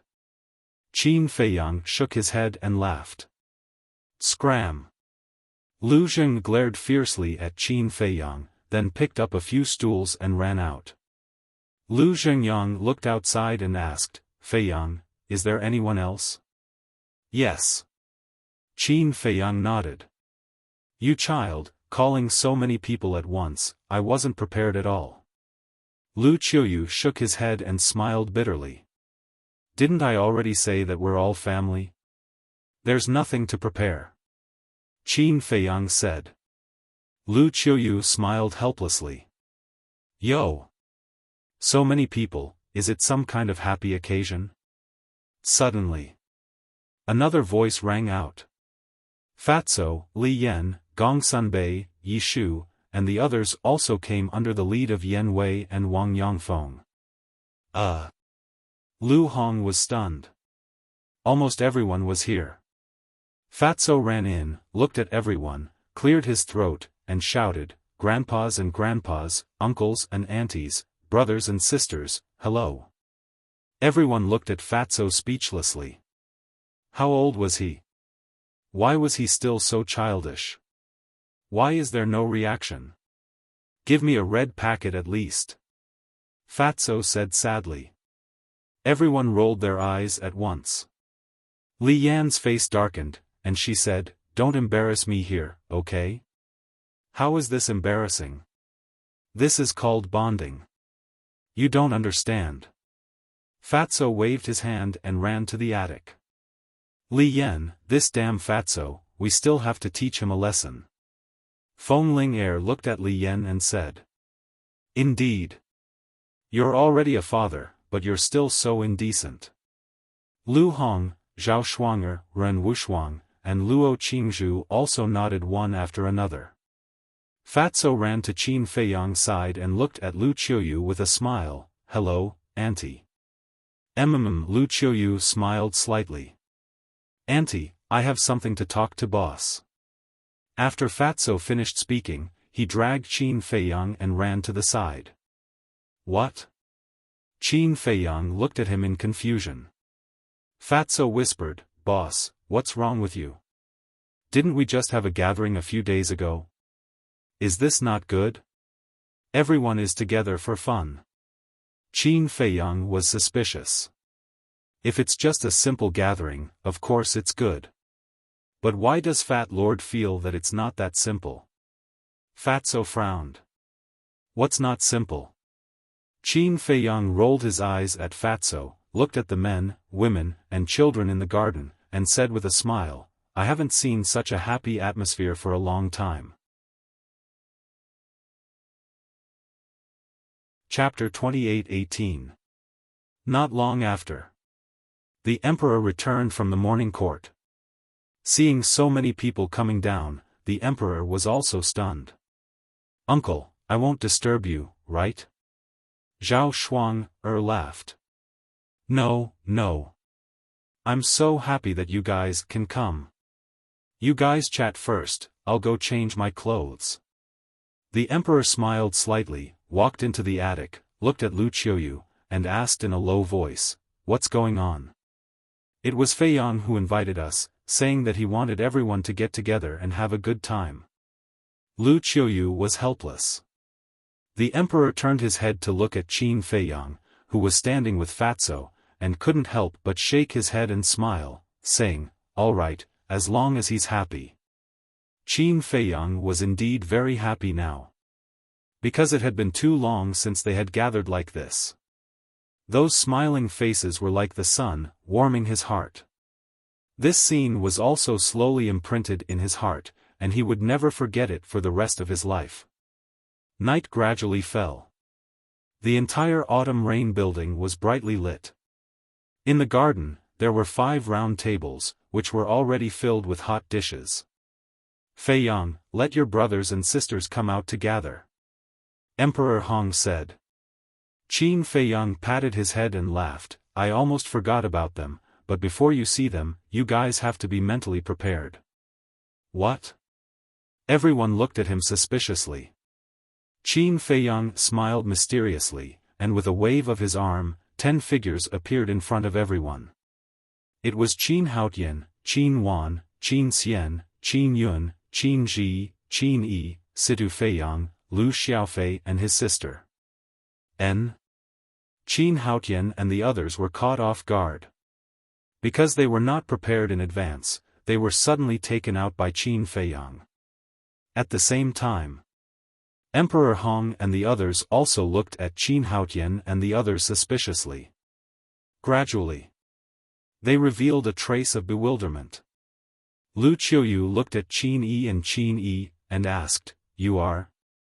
Qin Yi stepped forward and hugged Lu Qiuyu's arm, and said with dissatisfaction, "Mother, you can't even recognize your own daughter?" "It's really you." Lu Qiuyu's face was full of shock. What was going on? A few days ago, they were still two children. How did they become a young lady and a handsome young man after going to the Black Tortoise world? Qin Yi also ran in front of Lu Qiuyu and smiled, "Mother, look at our cultivation." Boom! Qin Yi directly released his aura. "This is divine might." Lu Qiuyu was stunned. Qin Yi smiled proudly and said, "Brother Zhu Yi and I have both broken through to the War God realm." "What? Both of you broke through to the War God level?" Lu Qiuyu was dumbfounded. Qin Yun smiled and said, "I don't know about them. We have already become war gods, and Brother Haotian has already become a monarch god." "No way." Lu Qiuyu looked at the children in front of her in shock. The emperor and the others were also in disbelief. How many days had it been? Including today, it had only been 5 days, and he had already broken through to the Divine Lord realm? Imperial Mother, Imperial Father, that is indeed the case. Qin Haotian nodded and also released his aura. How could this be? Everyone's face was filled with bewilderment. You may not know, but Feiyang's Black Tortoise realm now has a time array that lasts 1 day and 1,000 years. Although they have only been in the Black Tortoise realm for 5 days, 5,000 years have passed in there. In addition to all kinds of pills and resources, 5,000 years to break through to the Monarch God realm is actually considered slow. Qin Yuan smiled and said. He had been to the Black Tortoise realm and knew how terrifying its foundation was. 1 day and 1,000 years. The Emperor and Lu Qiuyu looked at each other. Lu Zheng came back to his senses and hurriedly looked at the Lu siblings and said, "Xiaofei, Xiaojia, come, let me see how far you have cultivated. You brat, come over here and let me take a good look." Fatso waved at Situ Feiyang. In the past few days, the three of them had become more mature and steady, exuding a sharp aura from their bodies. "Father, Xiaofei, Xiaojia, and I have only cultivated in the Black Tortoise realm for a long time. How much can we improve in 3 days?" Situ Feiyang was helpless. "Yes. We have only just become gods. As for Xiaojia, she has barely reached the War God realm." Lu Xiaofei said. "You have also become gods?" Everyone looked at the two of them in shock. What is there to be surprised about? If Anti-Fire Lotus was not worried that we would break through too quickly and affect our state of mind and deliberately slowed down our speed, I am afraid that even Xiaojia would have become gods. Situ Feiyang said. This is the result of deliberately slowing down the speed? Everyone was dumbfounded. If they did not slow down the speed, what cultivation would these little ones have now? It was hard to imagine. Wait a minute. Fire Lotus? Lu Qiuyu looked at Qin Feiyang and asked suspiciously, "Who is Fire Lotus?" Qin Feiyang smiled and said, "She is a sister that I recognized." Lu Qiuyu said, "Then why don't you let her come out? We can meet her too." Qin Feiyang was a little hesitant. "This is your fault, child. You brought a friend back and still hid her." The Emperor was also displeased. "There will be a chance in the future." Qin Feiyang smiled faintly. Emperor Hong greeted with a smile, "All right, the food is almost ready. Everyone, please take a seat." Everyone drank and chatted merrily all the way until late at night. Other than those who knew about it, everyone else went to rest. Although the Autumn Rain Pavilion could not accommodate so many people, there were still many palaces nearby. Inside the pavilion, Qin Feiyang, Emperor Hong, Emperor Chen, Qin Yuan, Li Jian, and old man Qin were sitting together. Then I will also go back. Qin Haotian walked out of the pavilion and looked at Qin Feiyang. Don't go yet. Qin Feiyang said. Qin Haotian looked suspiciously at Qin Feiyang. Qin Feiyang looked at the pavilion where the candlelight was gradually extinguished and said, "Come in and have a seat." Qin Haotian walked into the pavilion and sat opposite Qin Feiyang. Qin Feiyang asked, "Do you know why I let you go to the Black Tortoise world to cultivate?" Beside him, Emperor Hong and the others were all drinking tea, not saying a word. "I don't know." Qin Haotian shook his head. "I want to pass the responsibility of protecting the great Qin and forgotten continent to you," Qin Feiyang said. Qin Haotian was stunned and shook his head. "I don't have the time." "Then you can't run away, because you are the third person to have the purple gold dragon blood. Although father and mother gave birth to so many brothers and sisters, I believe that none of them can achieve ancestral awakening." Qin Feiyang smiled. "You are so sure?" Qin Haotian frowned. "It seems that when you awakened the purple gold dragon soul, I already knew the opportunity for ancestral awakening. This opportunity is the purple gold dragon soul. In other words, only the descendants of the Qin clan who awakened the purple gold dragon soul have a certain chance of ancestral awakening," Qin Feiyang said. Qin Haotian frowned, and said, "Even so, so what? I don't know why our Qin clan has the purple gold dragon blood. But I know one thing. Everyone who has the purple gold dragon blood has a different fate than others. For example, my ancestors and I have fought hard to protect the great Qin. I believe that you will be no exception," Qin Feiyang said. "I don't believe in fate." Qin Haotian shook his head. "Whether you believe it or not, in the future, you have to bear the responsibility of protecting all of this. As for my ancestors and I, to be honest, when I returned to the ancient world this time, I didn't plan to come back alive. I think the ancestors should have already made preparations for this." Qin Feiyang sighed. Qin Haotian frowned, and said, "What are you facing in the ancient world? There are some things that are useless even if I tell you. You just have to remember to protect our homeland." With that, Qin Feiyang took out 10 legendary grade divine artifacts and 10 supreme grade divine arts, and said, "These are for you alone." "So much?" Qin Haotian was stunned. "The more you get, the greater the responsibility. I sincerely hope that if there is a day when I come back alive, nothing will change here." Qin Feiyang looked at Qin Haotian and said. Qin Haotian frowned. Why did he feel that something was wrong? "I'll be leaving tomorrow morning." Qin Feiyang sighed. "What?" Qin Haotian was stunned. Although he was also in the Black Tortoise world, because he wasn't in the castle, he couldn't hear what was going on outside, so he didn't know about the small beast. "What? You still don't want me to leave?" Qin Feiyang smiled faintly. Qin Haotian snorted coldly, and said, "I can't wait for you to scram. Don't you know? You're a person who's cold on the outside but warm on the inside." Qin Feiyang shook his head, and then personally handed over the divine artifacts and divine arts to Qin Haotian, and said, "Brother, I'll leave everything at home to you." "Brother," Qin Haotian murmured. Qin Feiyang calling him little brother caused his heart to churn.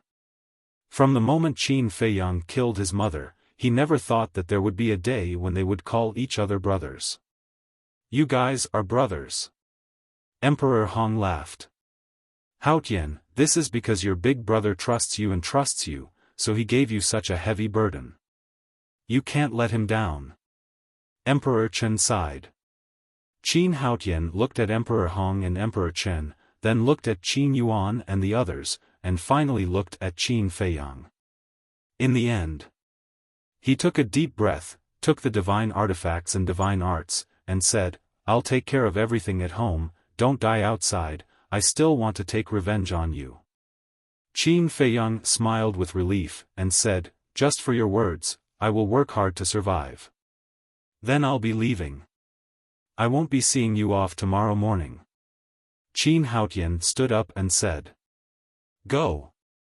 Qin Feiyang waved his hand. Qin Haotian turned around and walked out of the pavilion. Just as he turned around, 2 drops of tears quietly slipped down. After Qin Haotian left, Qin Feiyang retracted his gaze, looked at Emperor Hong and the others, and smiled. I knew it, I wouldn't be wrong about people. The faces of Emperor Hong and the others were also filled with gratification. Next. Everyone sat in the pavilion, drinking tea and chatting, enjoying the last night. Gradually, the sky brightened. Qin Feiyang looked at the horizon, put down the teacup in his hand, and quietly released his spiritual will. Soon, he saw a scene that made his heart ache. No one was actually sleeping. They stood silently in front of the window, looking at him. Obviously. Although he had deliberately concealed it, everyone had already noticed it. Moreover, in order to consider his feelings, no one said anything. They all chose to stand in the dark of the night and silently accompany him for the entire night. Thank you, Qin Feiyang muttered, 2 drops of tears falling from the corner of his eyes. He then got up and stepped into the air without saying a word, disappearing step by step. All that was left was a back view that was imprinted in everyone's hearts, one that they would never forget. Chapter 28:19.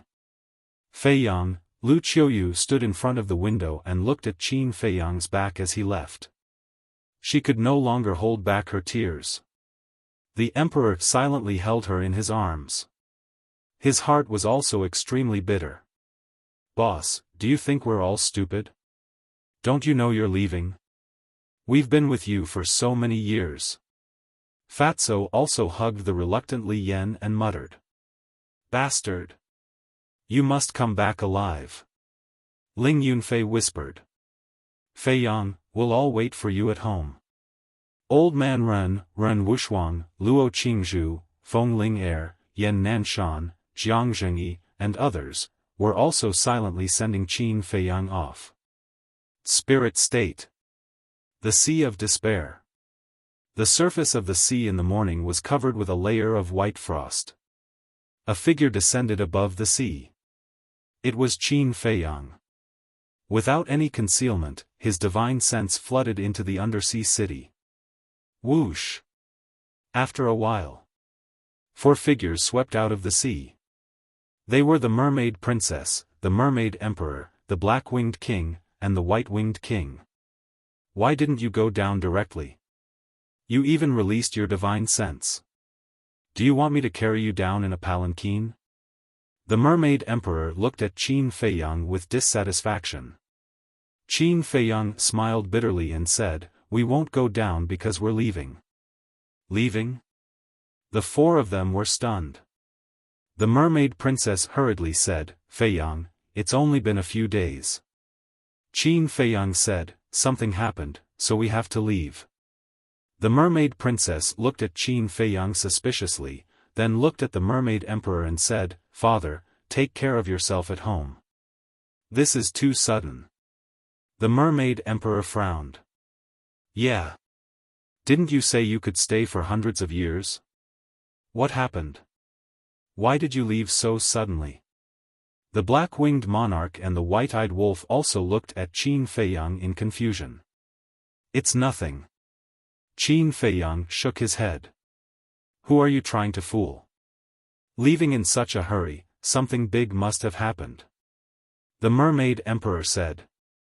Father, Feiyang has good intentions. He didn't tell you because he didn't want you to worry. The Mermaid Princess said. The Mermaid Emperor looked at the Mermaid Princess and sighed deeply. All right. But kid, you better listen carefully. You must take care of my daughter. If I find out that you bullied her, I will not let you off. Qin Feiyang smiled bitterly and said, I can bully anyone, but not her. At least you have a conscience. Then, you can leave.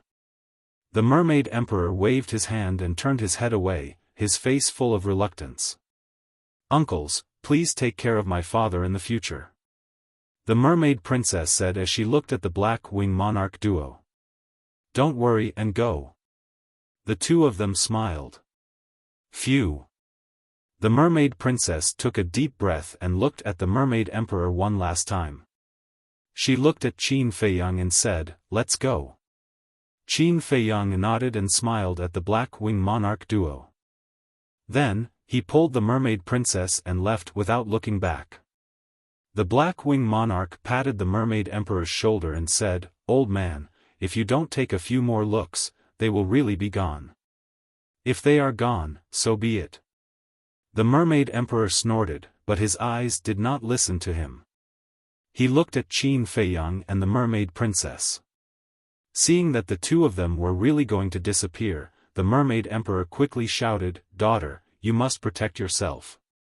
"I will, father." The Mermaid Princess stopped and turned to smile at the Mermaid Emperor. Then, she quickly disappeared into the sky with Qin Feiyang. Sigh. The Mermaid Emperor sighed deeply. Don't sigh. A married daughter is like water that has been poured out. The Black Wing Monarch duo comforted him. The Mermaid Emperor said angrily, "But she is not married yet. Is this any different from being married? Let's talk about it later. Young people have their own pursuits and stages. Old people like us should just stay at home and enjoy the rest of our lives." The Black Wing Monarch laughed. "When you were fighting with me for fame and fortune in the past, why didn't you have such awareness?" The Mermaid Emperor rolled his eyes. "Didn't you say it yourself? That was a fight for fame and fortune. Since it was a fight for fame and fortune, it was impossible for us to have such awareness. All right. Let's go and have a few drinks with you." The duo dragged the Mermaid Emperor and flew down. So that's what happened. In the sky above a mountain. After listening to Qin Feiyang's explanation, the Mermaid Princess nodded in realization. If not for the small beast, I would not have left so quickly. Qin Feiyang shook his head. The Mermaid Princess asked, "Then, this promise of 10,000 years, are you serious about it? There's no escaping from it." Qin Feiyang said. "That's true." The Mermaid Princess nodded. "Not to mention anything else, just the Changshui. In order to take back Changshui, the battle between Qin Feiyang and the small beast would erupt sooner or later." Soon. The duo arrived at the Butterfly Valley. Qin Feiyang waved his hand, and Wang Xiaojie appeared. The current Wang Xiaojie had also stepped into the War God realm. "Master's wife?" Wang Xiaojie looked at the Mermaid Princess with a hint of surprise on his face. "Long time no see." The Mermaid Princess smiled slightly. Wang Xiaojie scratched his head and looked at Qin Feiyang, saying, "Master, you are too unreasonable. Master's wife is back, but you hid it from everyone. You talk too much." Qin Feiyang glared at him. Wang Xiaojie chuckled and asked, "Why did you suddenly pull me out? It's about time, we have to leave. You should go back and take care of your sister." Qin Feiyang smiled. "Leave?" Wang Xiaojie was stunned. "Weren't you there at the time? If I don't leave today, I'm afraid I'll be buried here forever." Qin Feiyang said. "That's right. That small beast gave you 3 days." Wang Xiaojie nodded. 3,000 years had passed in the Black Tortoise world, and he had almost forgotten about it. Work hard. If you have time, go help Gongsun Bei and contribute to the Forgotten Continent. After all, we can't let your cultivation down, right? Qin Feiyang smiled. This, Wang Xiaojie hesitated. Qin Feiyang asked, "You want to go to the ancient world with me?" Hee hee. Wang Xiaojie laughed dryly. "Don't even think about it. I'm already very happy that you can help me protect Great Qin and the Forgotten Continent. Qin Feiyang said. Wang Xiaojia mumbled, but I really want to go and see it. Qin Feiyang shook his head and smiled, there will be a chance in the future. All right then. Wang Xiaojia nodded helplessly and smiled, then master, mistress, take care. The two nodded. Qin Feiyang waved his hand and opened the spatial gate. Aren't we going to look for Dong Zhengyang? Mermaid Princess asked. No.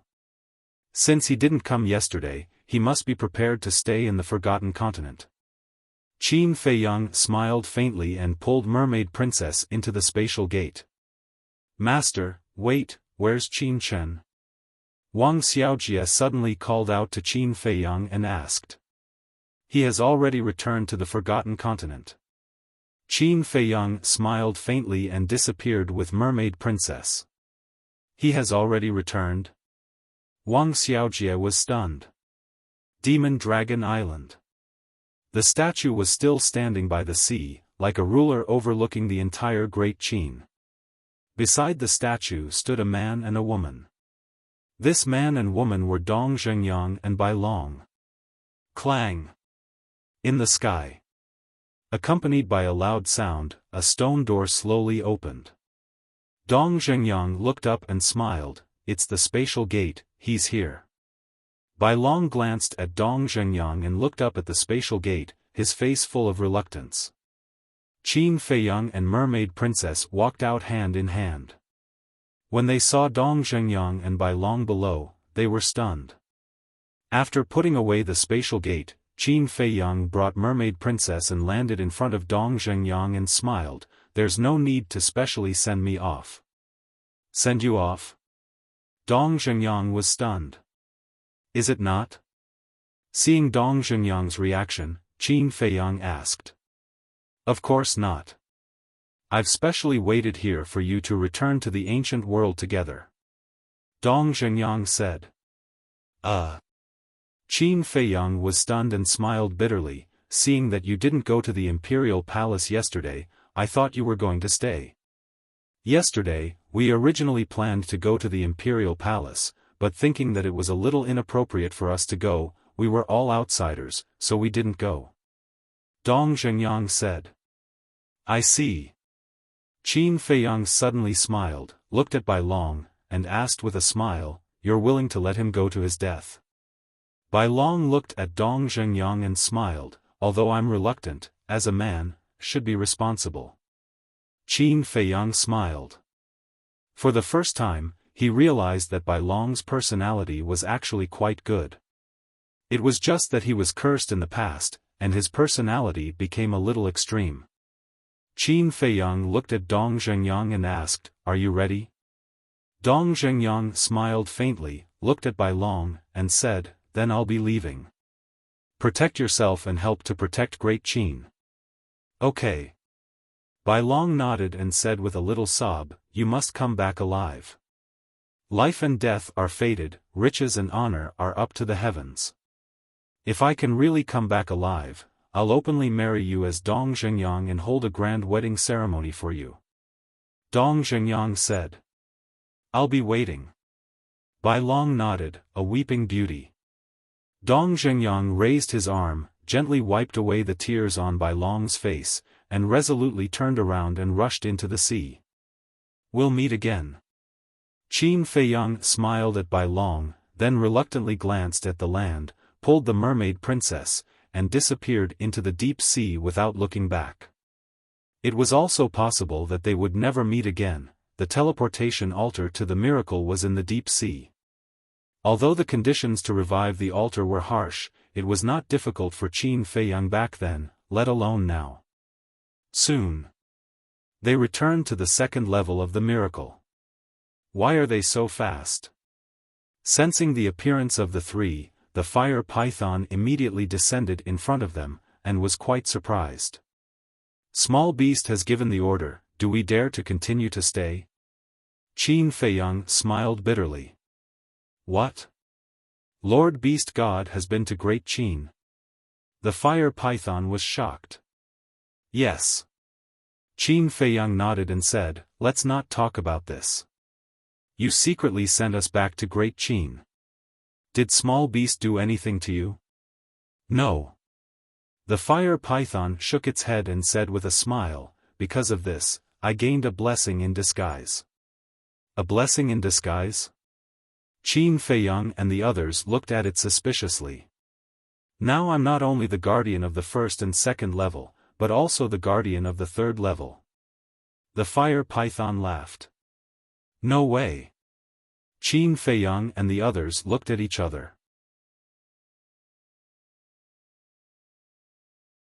Chapter 28-20. Wasn't the guardian of the third floor equivalent to the guardian of the underworld king's hell? Needless to say, the fire python had really profited from a disaster. Because the first and second floors were on a completely different level from the third floor. Dong Zhengyang asked, then can you enter the temple to cultivate? Of course. The fire python nodded. Since he had already become the guardian of the third floor, it was natural for him to enter the temple to cultivate. After all, the temple had a time array, who didn't want to enter? Congratulations. Qin Feiyang cupped his hands and smiled. You're welcome. The fire python shook his head. Since Brother Fire is now the guardian of the underworld king's hell, then I implore Brother Fire to take care of the blood demon race in the future. Because back then in the underworld king's hell, the blood demon race helped me a lot. Qin Feiyang said. Of course. The fire python smiled. Thank you. Qin Feiyang was grateful. Why are you thanking me as a friend? What are your plans next? The fire python asked. Qin Feiyang pondered for a while and said in a deep voice, I don't want to go to the underworld king's hell anymore, I want to go back to the ancient world directly. The chief pavilion master, Long Zun, and the other ancestral dragons all thought that he was in the underworld king's hell.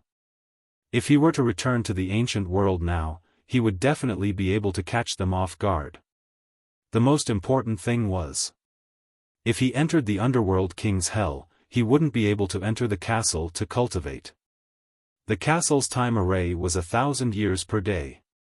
It was a bit of a waste not being able to enter to cultivate.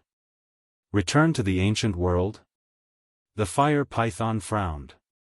I know that you can't help me anymore. As a friend, I won't make things difficult for you. I want to try it myself. Qin Feiyang said. You're going by yourself?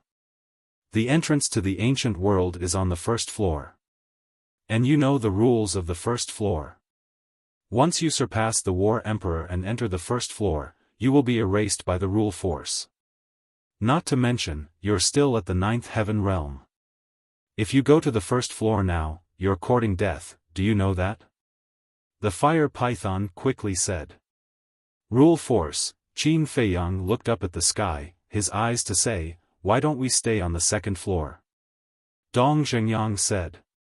Staying on the second level meant entering the castle to cultivate in seclusion.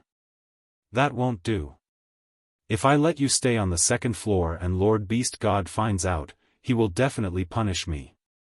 Simply speaking. You only have one choice now. Enter the hell of the King of Hell. The fire python said. Feiyang, you can enter hell too. At that time, you can go to the ancient city of the Serene King and cultivate in seclusion for a few hundred years. The ancient city's time array is also very powerful. By the time we leave hell, you'll be able to break through to the imperishable realm. The mermaid princess said. Qin Feiyang remained silent. Dong Zhengyang glanced at Qin Feiyang, then looked at the fire python and cupped his hands. Brother Fire, may I ask where the entrance to the 4th floor is? The 4th floor? The fire python was slightly stunned.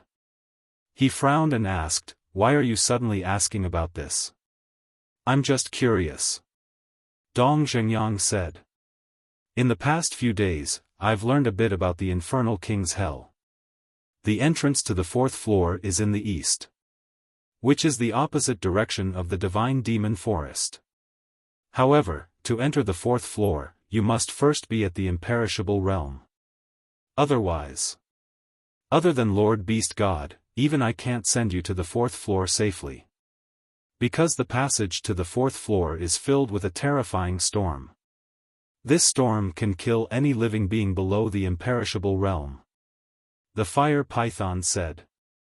So terrifying? Dong Zhengyang was shocked. Yes. In short, it's best not to go before reaching the imperishable realm. After the fire python finished speaking, it looked at Qin Feiyang again. It steeled its heart and closed its eyes. Dong Zhengyang and the mermaid princess looked at the fire python suspiciously. After a while, the fire python opened his eyes and said, Lord Beast God and Lord Ice Dragon are not in the divine ruins now. I'll send you to the ancient world. What? Qin Feiyang looked up at the fire python. I also found the entrance to the ancient world just now. There's no time to lose. Let's go now. After saying that, the fire python took the 3 of them and appeared in the sky above a plain on the 1st floor. There were fierce beasts everywhere on the plain. But at this moment, an extremely strange scene appeared. There was nothing in the void in front of them, but these fierce beasts were retreating in fear. If it were anyone else, they would definitely be scared out of their wits and think that they had seen a ghost. Qin Feiyang and the others were very familiar with it. The fire python waved his hand and a surge of divine power rushed forward. With a clang, an ancient stone door appeared out of thin air. This was the entrance to the ancient world. Brother Fire, thank you. If the small beast finds out, just say that you don't know anything and let it come to me. I have a way to deal with it. Qin Feiyang said.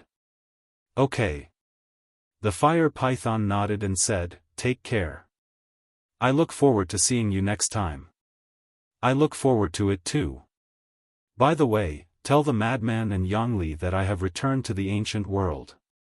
After Qin Feiyang said that, he led Dong Zhengyang and the mermaid princess into the stone door without looking back. The fire python also withdrew his divine power and the stone door disappeared into thin air. You must live. I'm still waiting for you to kill the fire dragon. The fire python muttered and then disappeared into thin air. Northern region. Land of the undead. As always, it was incomparably dark. The air was filled with a rotten and tragic smell. Qin Feiyang glanced at the familiar land and looked at Dong Zhengyang and the mermaid princess. He smiled and said, you two go to the Black Tortoise world first. Okay. The 2 of them nodded. Qin Feiyang waved his hand and sent the 2 of them to the Black Tortoise world. Then, he took Hua Yi and the 5-clawed golden dragon out. This is? Hua Yi glanced around. That's right. Land of the undead. Qin Feiyang nodded and smiled. Hua Yi grinned and said, okay, we can go to Dongling. Speaking of Dongling, the 5-clawed golden dragon's eyes lit up. Thinking about immortal intoxication all day long. Qin Feiyang looked at the 2 of them speechlessly. The 5-clawed golden dragon also maintained his human form. He was a middle-aged man in golden clothes. What do you know? Hua Yi pursed his lips.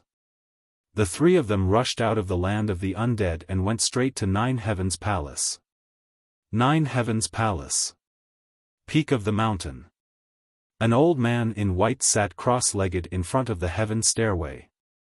Although countless disciples came and went, the old man never opened his eyes. This person was Elder Wei. Shengguan Fenglan's master was also one of the guardians of 9 Heavens Palace. Swish! Suddenly, 3 figures descended on the peak of the mountain. It was Qin Feiyang and the other 2.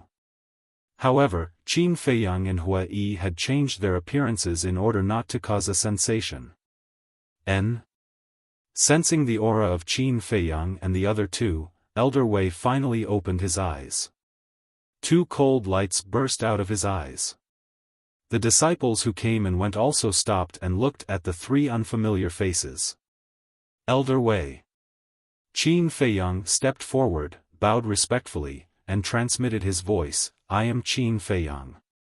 Elder Wei's heart moved.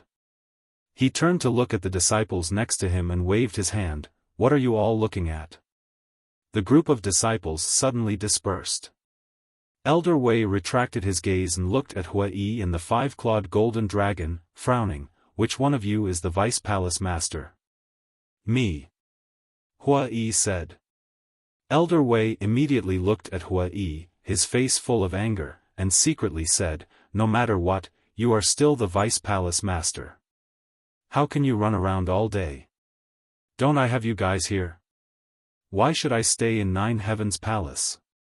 Hua Yi pouted. "How can we be the same as you?" Elder Wei was helpless. "What's the difference?" "Enough. Little Gold, let's go to East Tomb. Qin Feiyang, hurry up and tell me what you need to tell me."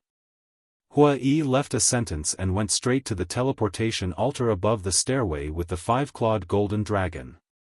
Because Qin Feiyang had already used the space-time gate in Great Qin, he could only go to East Tomb through the altar. Sigh. Elder Wei couldn't help but shake his head and sigh. Qin Feiyang shook his head in amusement and transmitted his voice, "Elder Wei, how has everyone been these years?" "Pretty good." Elder Wei nodded and asked, "How about you guys?" "We're pretty good too," Qin Feiyang said. "Last time, the Vice Palace Master came back and said you guys were going to hell?" Elder Wei said. Qin Feiyang nodded. "Is it over?" Elder Wei asked. Qin Feiyang smiled and said, "Not yet. I ran back halfway." "You can run back halfway?" Elder Wei was stunned. "It's a long story. This time I'm here mainly to give you guys something," Qin Feiyang secretly said. "What is it?" Elder Wei was suspicious. Qin Feiyang waved his hand, and more than 10,000 jade slips and more than 10,000 divine artifacts appeared. Elder Wei was surprised. "This is what Senior Brother Frenzy and I got in hell. We agreed that each of us would get half. His half was prepared for the Nine Heavens Palace. Although those supreme divine artifacts are with him now, these divine artifacts I'm giving you are all legendary and pinnacle grade," Qin Feiyang said. "So many?" Elder Wei was dumbfounded. These divine artifacts were indeed legendary and pinnacle grade. And there were not only legendary and pinnacle grade divine arts, but also supreme grade. What exactly was the Underworld King's hell? There were so many terrifying divine artifacts. Wait. Where's Frenzy? Why don't I see him? Suddenly, Elder Wei glanced behind Qin Feiyang and hurriedly asked. "He's still in hell," Qin Feiyang said. Elder Wei was surprised. "Why is he still in hell? Could it be?" "Don't think too much, don't think too much, he's fine. On the contrary, he has a great fortune now. Because he's receiving the inheritance of the law." Qin Feiyang smiled. Elder Wei was shocked. "There's still the inheritance of the law in hell?" Qin Feiyang nodded. "Unbelievable." Elder Wei murmured, looking at Qin Feiyang, and said with a hoarse smile, "Thank you. With these divine artifacts and divine arts, the strength of my Jiutian palace will instantly increase by several times." "You're being too polite. Jiutian Palace has given me and Senior Brother Frenzy a new lease of life. Of course, we all hope that Jiutian Palace can become better and better," Qin Feiyang said. "It's enough that you guys can have this kind of heart." Elder Wei was very pleased. "Hurry up and keep it, lest other disciples see it. Also, it's best not to spread the news that I gave you guys the divine artifacts and divine arts," Qin Feiyang reminded. "This old man knows. After all, there are so many divine artifacts and divine arts. As long as one isn't a fool, they will guess and be suspicious. Elder Wei nodded. With a wave of his old hand, all the divine arts and divine artifacts disappeared into the yin and yang ring.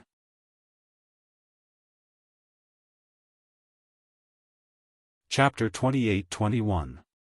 In addition, Qin Feiyang pondered for a while, looked at Old Wei and said, "I'll give you another 100 crystal veins and soul veins." Crystal veins, soul veins? Old Wei was slightly taken aback, shook his head and said, "We have all of these, you don't have to give them to us." "Are you sure you don't want them? These aren't ordinary crystal veins and soul lines." Qin Feiyang laughed. "Although this old man has never been to the divine land, I can be considered as someone who has seen the world.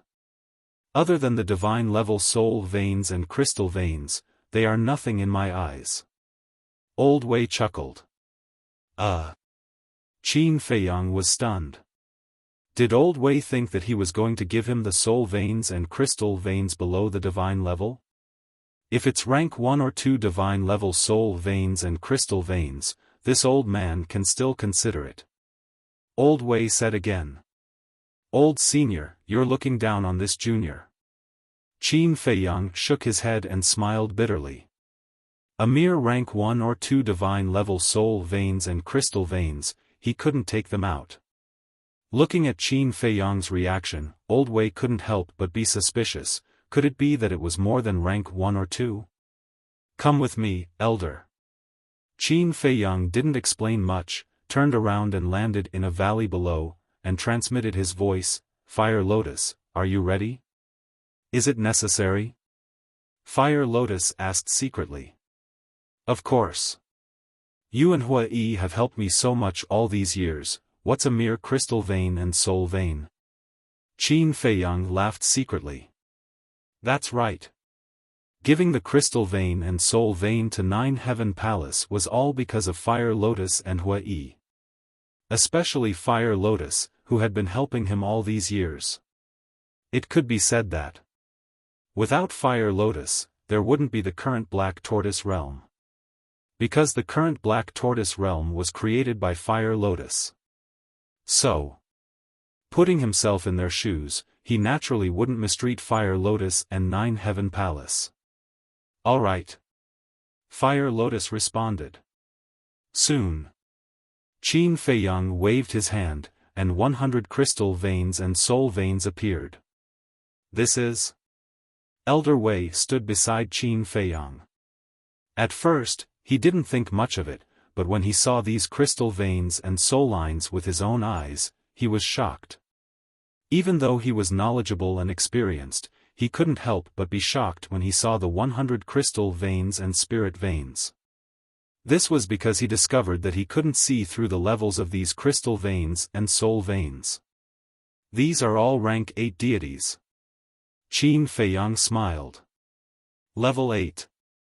God Realm," Old Wei muttered, his eyes filled with shock.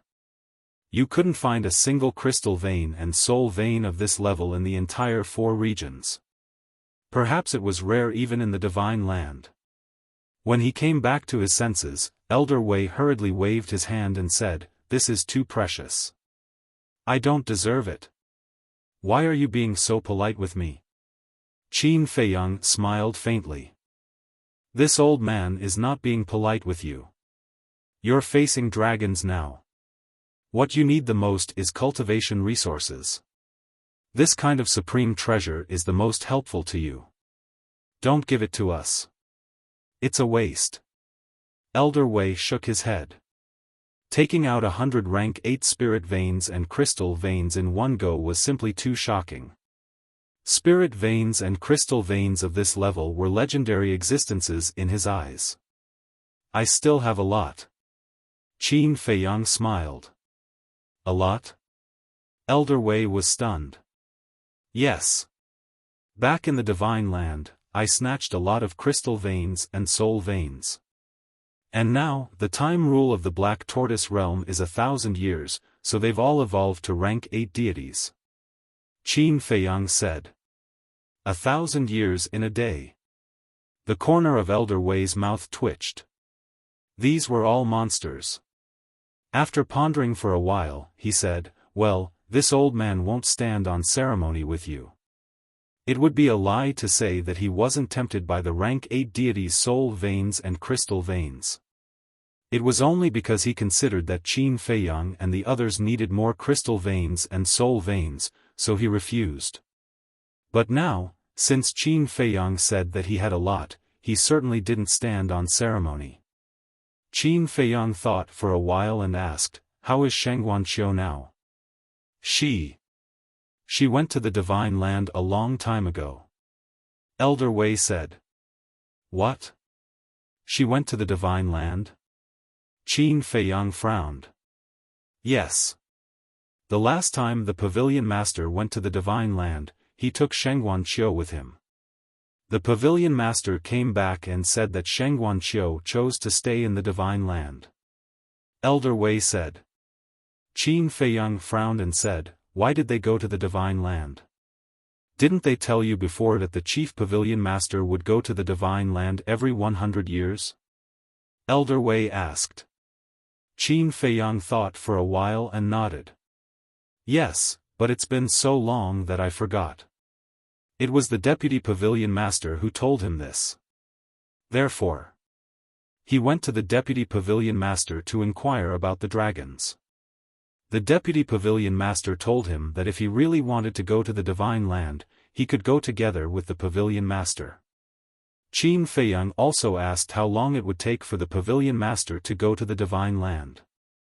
The Deputy Pavilion Master answered that it would take 50 years. Qin Feiyang couldn't wait 50 years, so he didn't take it to heart. Shangguanqiu entered the Divine Land after he entered the Hell of the Nether King. And he stayed in the Hell of the Nether King for more than 200 years. In other words, Shangguanqiu had stayed in the Divine Land for almost 200 years.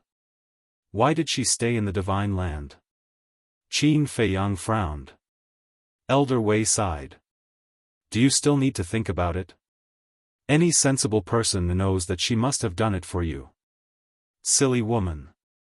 Qin Feiyang shook his head and asked, "Did the Pavilion Master say where she is in the Divine Land now?" "You'll have to ask Shangguan Fenglan or the Pavilion Master," Elder Wei said. Qin Feiyang rubbed his forehead and sighed. "She can't stay in the treasure house of the Divine Land." "What do you mean?" "She's a member of the treasure house. Isn't it good to stay in the treasure house?" Elder Wei was suspicious. "There are some things that you don't understand." Qin Feiyang shook his head and sighed. "That's it for now. I'll go find the Pavilion Master." "Okay." Elder Wei nodded. Qin Feiyang opened an altar and walked up. "Strange." Elder Wei shook his head, put away the vein of soul and vein of crystal, and returned to the Ninth Heaven Palace. When he found the first elder, explained this matter, and took out the vein of soul, vein of crystal, divine weapons, and divine arts, the first elder was also shocked. Then, the first elder was filled with emotion. He didn't expect that in just a few hundred years, Qin Feiyang and Frenzy had grown to such a level and given such a rich reward to the Ninth Heaven Realm. In the southwest of the northern region, there was a stretch of undulating mountains. Somewhere in the mountain, there was a valley. In the valley, there was a courtyard, and beside the courtyard, there was a small pond. Inside, lotus leaves stood tall and lotus flowers bloomed. In addition, there was a vegetable garden around. Numerous green wild vegetables, exuding vitality, swayed in the wind. From the looks of it, it was as if an ordinary family lived here.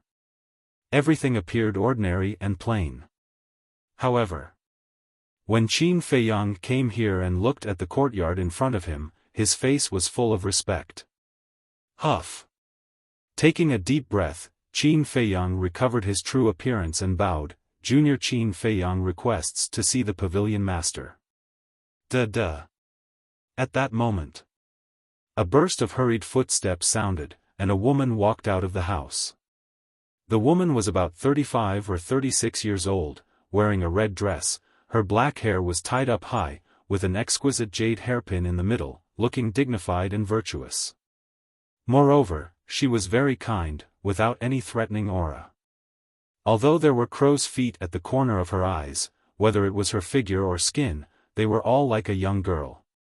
"It's really you?" The pavilion master stood at the door and looked at Qin Feiyang in a daze. "Yes." Qin Feiyang nodded and smiled.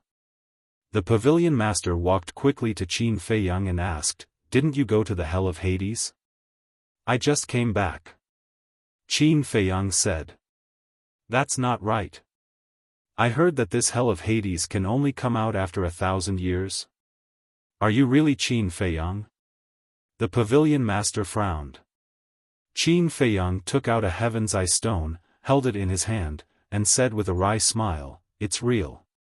Seeing that the heaven's eye stone did not respond for a long time, the pavilion master was finally relieved and asked suspiciously, "It's not time yet, how did you come out?" "By chance, I found a way out." Qin Feiyang smiled vaguely. The pavilion master rolled his eyes, obviously not believing it, but he did not continue to ask and said, "Come in and sit." Qin Feiyang walked into the yard and followed the pavilion master to the stone table next to him. The pavilion master smiled and said, "Why did you suddenly come to me?" Qin Feiyang sighed and said, "There's something I have to ask." "What is it?" The pavilion master was suspicious. "Shengguan Qiu," Qin Feiyang said. The pavilion master was stunned and asked, "You've seen her?" "I haven't returned to the Divine Land yet, how could I see her? I just went to see Elder Wei, and he told me that Shengguan Qiu stayed in the Divine Land, so I came to you to ask about the details." Qin Feiyang said. "I see." The pavilion master nodded and said with a smile, "After I took her to the Divine Land, I went to the Divine Land again." "She's doing well in the Divine Land, then where is she?" Qin Feiyang asked. The pavilion master smiled and said, "The treasure school in the Holy Dragon City." "She really went to the treasure school, and it's the treasure school in the Holy Dragon City." Qin Feiyang's face suddenly darkened. "What's wrong?" Looking at Qin Feiyang's reaction, the pavilion master was puzzled. "What's she doing in the treasure school?" Qin Feiyang asked instead of answering. "Of course, she's helping the steward of the treasure school in the Holy Dragon City to take care of the treasure school's affairs," Qin Feiyang said. The steward of the treasure school, Qin Feiyang waved his hand, and his divine power emerged and condensed into a round fatso. "That's him. Last time I visited Qiu, she said that the steward treats her very well. And she made a friend called Ren Xiaolan. Ren Xiaolan is also helping the steward to take care of the treasure school's affairs," the pavilion master said. "Whether it's the steward or Ren Xiaolan, I know them all. This Ren Xiaolan is valued by the steward because of me." Qin Feiyang sighed. The pavilion master said suspiciously, "They're all people you know. Isn't that good? Why do you look so sad? There are some things that you don't know." Qin Feiyang shook his head. "What are you trying to say?" The pavilion master frowned. Qin Feiyang pondered for a while and said, "Do they know about my relationship with Shengguan Qiu?" "They know. That's why the chief pavilion master let Qiu, stay in the Holy Dragon City." The pavilion master nodded. "What? You've seen the chief pavilion master?" Qin Feiyang suddenly stood up. "We didn't see him with our own eyes, but according to the steward of the treasure school in the Holy Dragon City, the chief pavilion master seemed to be very happy after knowing about your relationship with Qiu, The pavilion master smiled.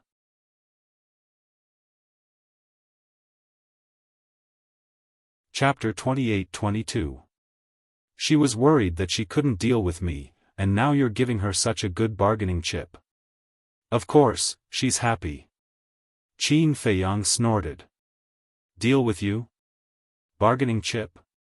The cabinet master was surprised. That's right. You're giving her timely help by sending Shengguan Qiu to her. Qin Feiyang shook his head.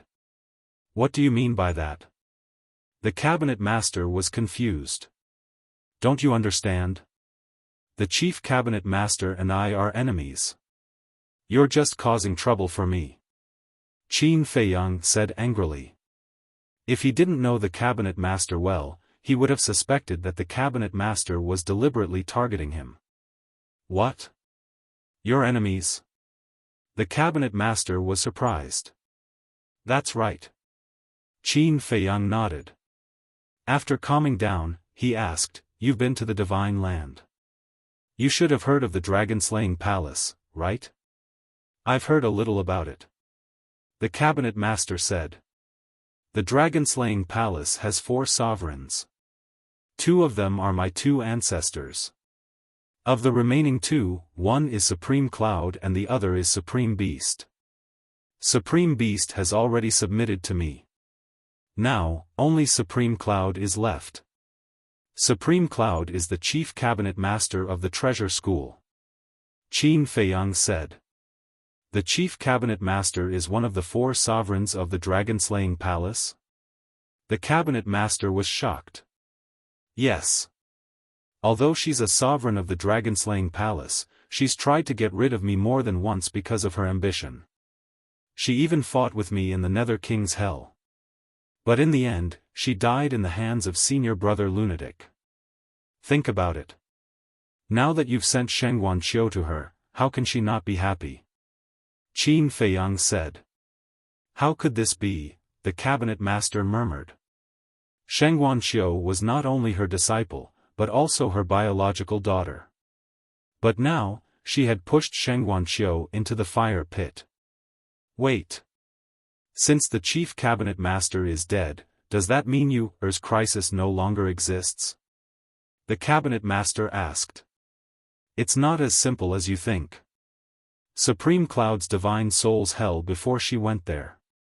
In other words, even if we kill her in the underworld king's hell, she will be reborn. Qin Feiyang sighed. What do we do now? The pavilion master panicked. What else can we do? Of course we're going to the divine prefecture and rescue her from the treasure pavilion. Qin Feiyang said. Then go quickly. The pavilion master urged. We can't go now. We have to wait until dawn. Qin Feiyang shook his head. This was because they had to wait until dawn to open the gate of time and space. I'm sorry, I really didn't know about this. If I had known, I wouldn't have brought her to the divine continent no matter how much Qiu begged me. I wouldn't have left her in the divine continent either. The pavilion master looked at Qin Feiyang with a face full of self-blame. Qin Feiyang sighed deeply and said, I don't blame you. After all, you are in the northern region and know nothing about the situation in the divine land. Just now, it was also my fault. I couldn't help but get angry with you. It's all right. You're also worried about Qiu. The pavilion master waved his hand. Actually, it's my fault. Shengguan Qiu went to the divine continent because of me. If I had been more ruthless back then and made her hate me more, I don't think this would have happened. Qin Feiyang shook his head. Silly boy. You don't understand things like love. Sometimes, the deeper the hatred, the deeper the love. The pavilion master sighed. Suddenly, Hua Yi and the 5-clawed golden dragon appeared and asked suspiciously, What are you doing here?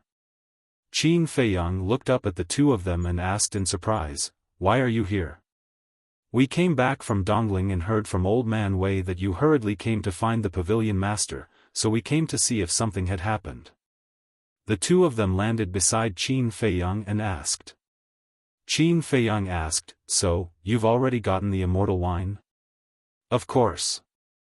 Hua Yi nodded and smiled proudly.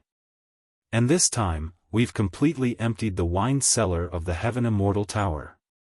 Qin Feiyang shook his head speechlessly. Hua Yi frowned. Let's get down to business. Did something happen? Yes. Qin Feiyang nodded and briefly explained the situation. This, Hua Yi frowned and looked at the pavilion master. Why are you so silly? Sigh. The pavilion master lowered his head and blamed himself. Hua Yi sat at the side and shook his head. It's my fault. When I went to Dongling with little gold to buy the immortal wine, should have informed you. After Hua Yi finished speaking, he became angry again. But who would have thought that this silly girl would run to the divine continent? Enough. Qin Feiyang stared at Hua Yi and said, for now, Shangguan Qiu shouldn't be in any danger. Hua Yi and the other two looked at Qin Feiyang suspiciously. In the eyes of the pavilion master, we're still in hell. So, there's no point in attacking Shangguan Qiu now. Qin Feiyang said. Yes, yes, yes. Even if she wants to use Shangguan Qiu to threaten you, she'll have to wait until hell is closed. As for now, I think she'll just send someone to monitor Shangguan Qiu's whereabouts. Hua Yi nodded. So, this time, we'll go back to the ancient world and play a key role. Because the pavilion master won't think that we've already returned to the ancient world, so there won't be any precautions. After midnight, we'll go to the divine continent. If nothing goes wrong, we'll be able to easily take Shangguan Qiu away. Qin Feiyang said. It seems that going back to the ancient world is a wise choice. Hua Yi laughed. If they entered hell again and left a few hundred years later, the pavilion master would catch Shangguan Qiu and kill them all when they were unprepared. Actually, there's another crucial point. It's only been a little more than 100 years since the pavilion master was killed. I think the pavilion master's divine soul and divine body haven't been rebuilt yet. The five-clawed golden dragon suddenly said. Yes. The pavilion master's cultivation is at the great achievement eternal realm. It'll take at least tens of thousands of years to rebuild her divine body and divine soul. Hua Yi nodded. What's right? Didn't great-grandmother and the others say that the dragon-slaying palace also has a time formation? Although this time formation isn't very good, it can last 50 years in a day. 50 years in a day, 500 years in 10 days, and 5,000 years in 100 days. More than 100 years have passed. She should have rebuilt her divine soul and divine body long ago.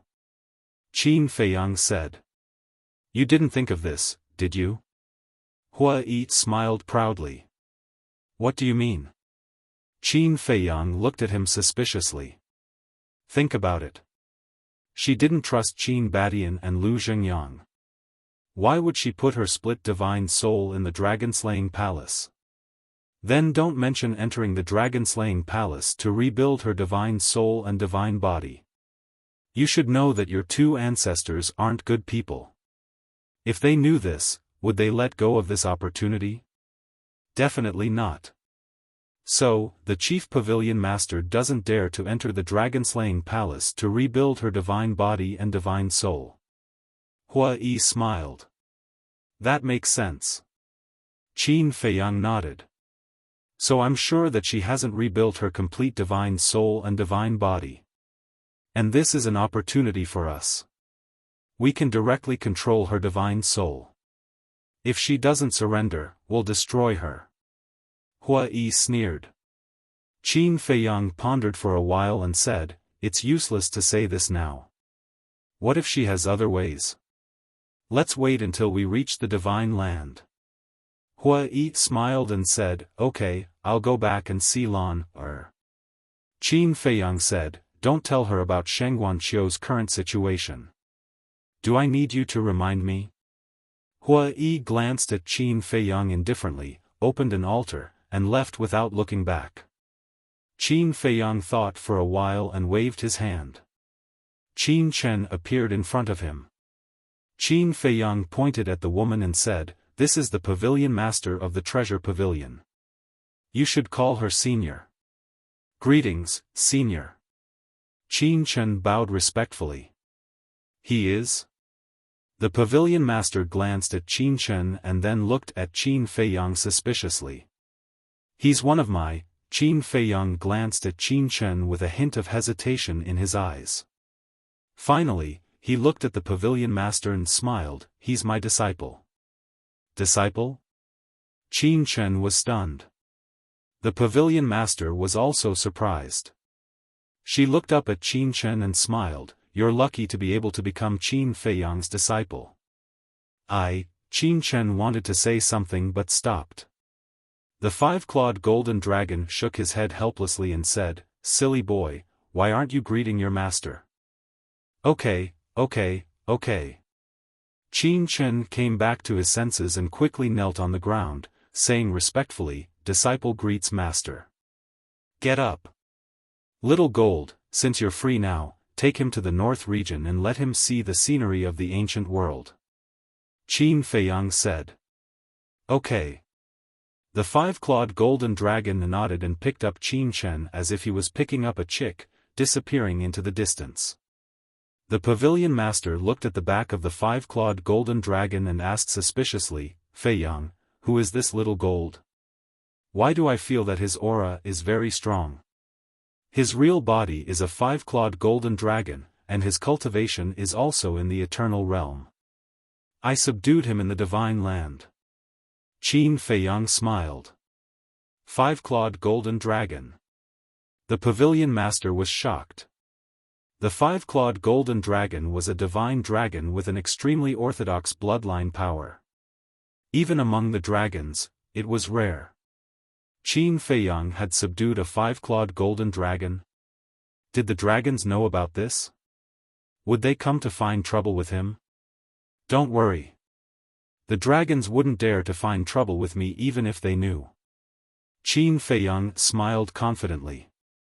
The pavilion master was slightly stunned and said with a wry smile, That's true. After all, even in the divine land, you are very famous now.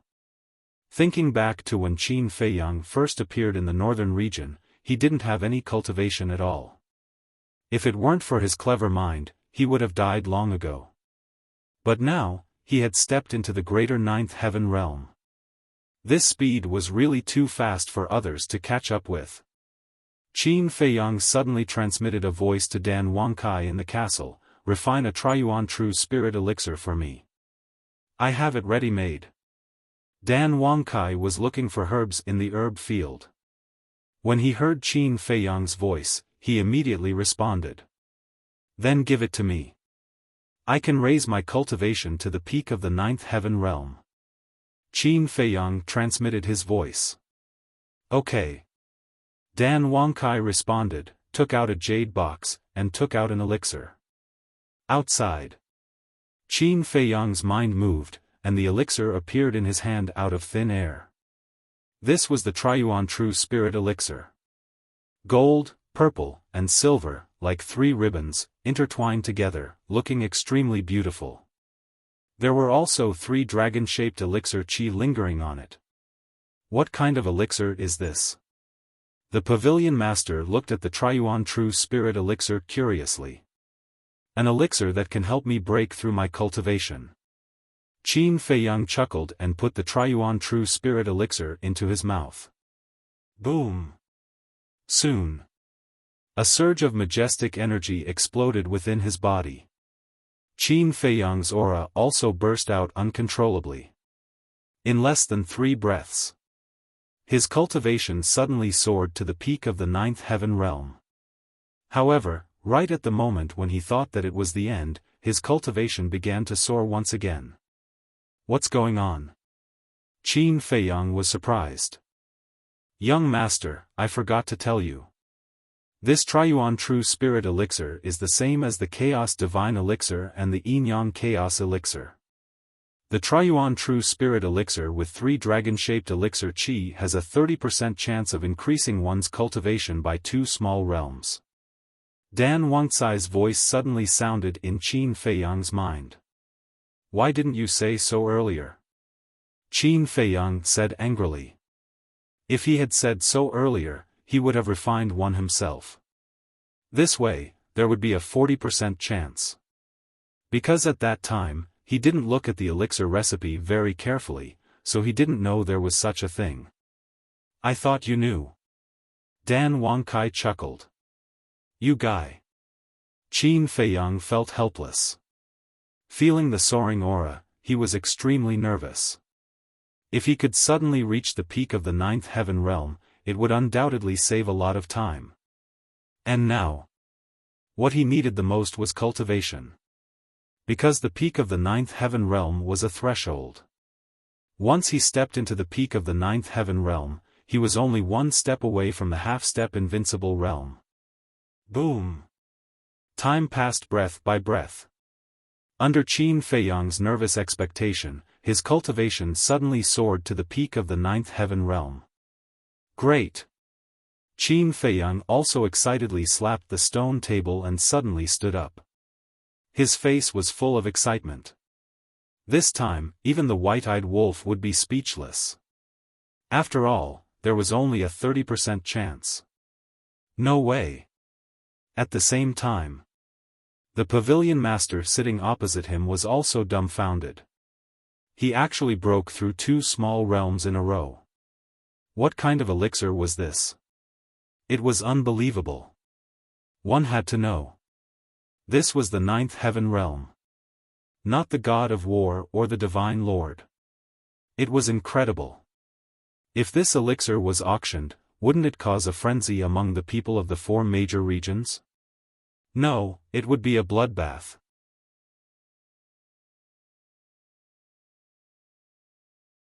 Chapter 28-23. Qin Feiyang restrained his energy and looked at the cabinet master's drooling face. What are you thinking? Well, the cabinet master stammered. Qin Feiyang shook his head and laughed. If the treasure pavilion had nothing to do with Supreme Cloud, would definitely give you this pill without hesitation. The cabinet master smiled bitterly. Qin Feiyang pondered for a while and looked at the cabinet master. I have a question for you. What is it? The cabinet master was puzzled. Qin Feiyang said, if Supreme Cloud is killed one day and the treasure pavilion falls into my hands, will you be my enemy? The cabinet master shook his head. I only want to see the rise of the human race. Nothing else matters. What about the people in Dongling, Shima, and Nanhuang? Qin Feiyang asked. The cabinet master smiled. They should be thinking the same thing as me. I see. Qin Feiyang smiled. He wasn't afraid that the cabinet master would be his enemy. After all, with his current foundation, he could dominate the 4 major regions. Like all the powerful divine artifacts. There were also Fire Lotus, Hua Yi, Feng Daji, and the 5-clawed golden dragon. People like Zhao Tai-Lai, the Blood Kirin, and the demon ancestor were also trying to break through to the Eternal Realm. He believed that it wouldn't be long before the number of Eternal Realm overlords around him reached double digits. Although they still couldn't compare to the dragons, they were invincible in the 4 major regions. However, the cabinet master, the deputy cabinet master, and Elder Pang of the Dongling Treasure Pavilion had all helped and supported him before, so he wanted to know their positions in advance. This way, he could think of a way to deal with it in advance. Suddenly, Qin Feiyang seemed to have thought of something. He lowered his head and pondered for a moment. Cabinet Master, have you heard of the Blood Ancestor? Blood Ancestor? The Cabinet Master paused and shook his head. Never heard of him at all. Qin Feiyang heard this and a trace of disappointment appeared in his eyes. But on second thought, even the Divine Land didn't know much about the Blood Ancestor, let alone the Cabinet Master of the North region. Is this person very important? The Pavilion Master was doubtful. It's not that important. Qin Feiyang shook his head. The Pavilion Master nodded. Qin Feiyang pondered for a while and asked, can you help me contact the Great Elder? All right. The Pavilion Master took out an image crystal. Wang. Very soon, the phantom of an old man appeared. This old man was none other than the Great Elder of the Nine Heavens Palace. At this moment, the first elder was brimming with joy and happiness. The pavilion master asked curiously, "What's so good that you're so happy?" "I can't tell you, I can't tell you." The Grand Elder waved his hand. The reason he was happy was naturally because of the soul vein, crystal vein, divine artifact, and divine art that Qin Feiyang had given to the Nine Heavens Palace. However, before Elder Wei left, he repeatedly reminded him not to tell anyone about it. This old man has actually learned how to act mysterious? The pavilion master was speechless. "Someone is looking for you." "Looking for me?" The Grand Elder was taken aback. The pavilion master turned the image crystal to face Qin Feiyang. "Grand Elder." Qin Feiyang smiled slightly. "It's you." The Grand Elder immediately smiled even more happily and said, "I was still complaining. It's not easy to return to the northern region, but you didn't come to see this old man. I didn't want to cause a sensation. Besides, hasn't Hui already returned to the Nine Heavens Palace?" Qin Feiyang said. "How could that kid Hui come to see me? He must be surrounding Shangguan Fenglan." The Grand Elder shook his head. Qin Feiyang smiled bitterly. It seemed that other than Elder Wei, no one knew Hui's true identity. Qin Feiyang said, "Grand Elder, I asked the pavilion master to send you a message mainly to ask you, do you know Senior Brother Madman?" N. The Grand Elder was slightly taken aback and said unhappily, "Look at what you're saying. He's my grandson, of course I know him." Although he wasn't his biological grandson, he had always treated Madman as his own grandson. "Then do you know his background?" Qin Feiyang asked. "Background?" The Grand Elder was taken aback, then frowned and said, "Don't say, I really don't know about his background. I only heard Mo Wuyuan say that he accidentally met him outside." Mo Wuyuan was the Grand Elder's son, Madman's adoptive father. "Then why do you say you know?" Qin Feiyang was speechless. The Grand Elder said, "Apart from his background, this old man naturally knows about everything else." Qin Feiyang shook his head and asked again, "Then do you know that Senior Brother Madman has mastered a heaven-defying divine art?" "This old man knows." The Grand Elder nodded. Qin Feiyang said, "Then do you know who taught him this heaven-defying divine art?" "According to him, it seems that a mysterious senior gave it to him. But he didn't say the details." "You've been with him for so long, so you know his character. If he doesn't want to say it, it's useless even if you force him." The Grand Elder was a little helpless. "That's the truth." Qin Feiyang smiled bitterly. Madman had such a character. This time, he had wanted to ask the Great Elder about it and pay a visit to that old senior. But now it seemed that he could only wait for Madman to return from hell.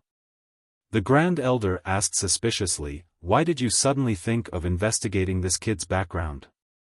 "To tell you the truth, we encountered a lot of strange things in hell. Especially Senior Brother Madman. Not only can he absorb the evil force, but he also obtained the sacred artifact of the Blood Demon race, the Blood Demon Tower." Qin Feiyang said. "Evil force? Blood Demon race? Blood Demon Tower?"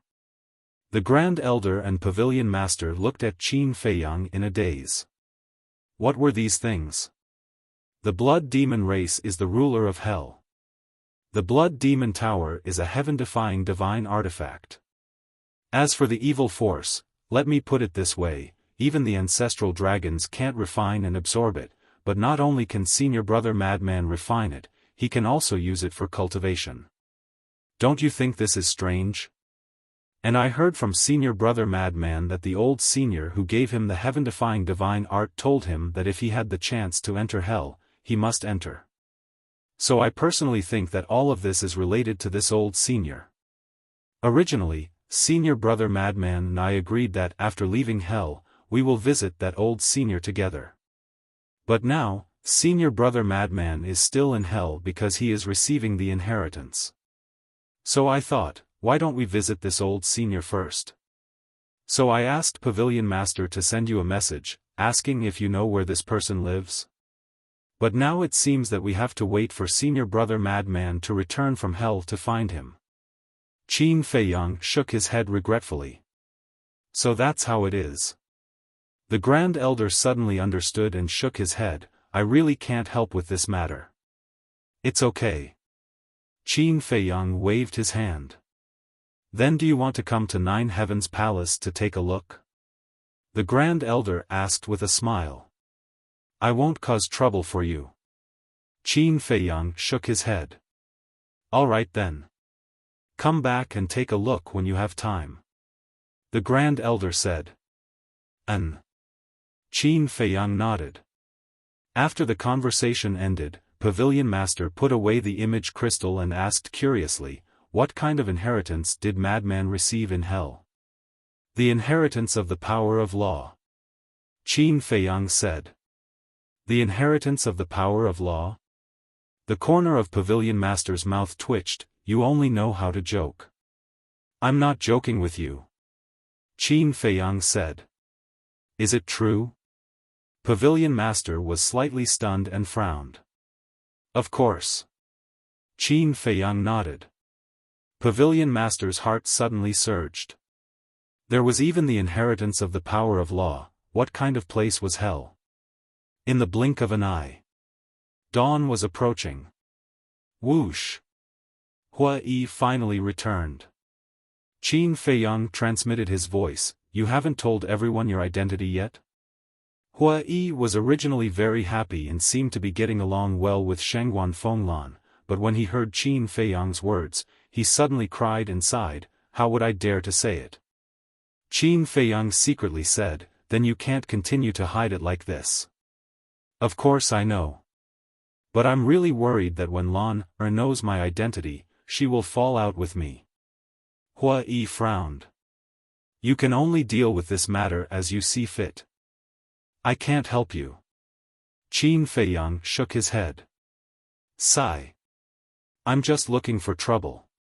Hua Yi rubbed his forehead. You really deserve it. Qin Feiyang had a gloating expression on his face. Whoosh. Soon. The five-clawed golden dragon also returned with Qin Chen. Greetings, Master. Qin Chen bowed. How do you feel after seeing the North region?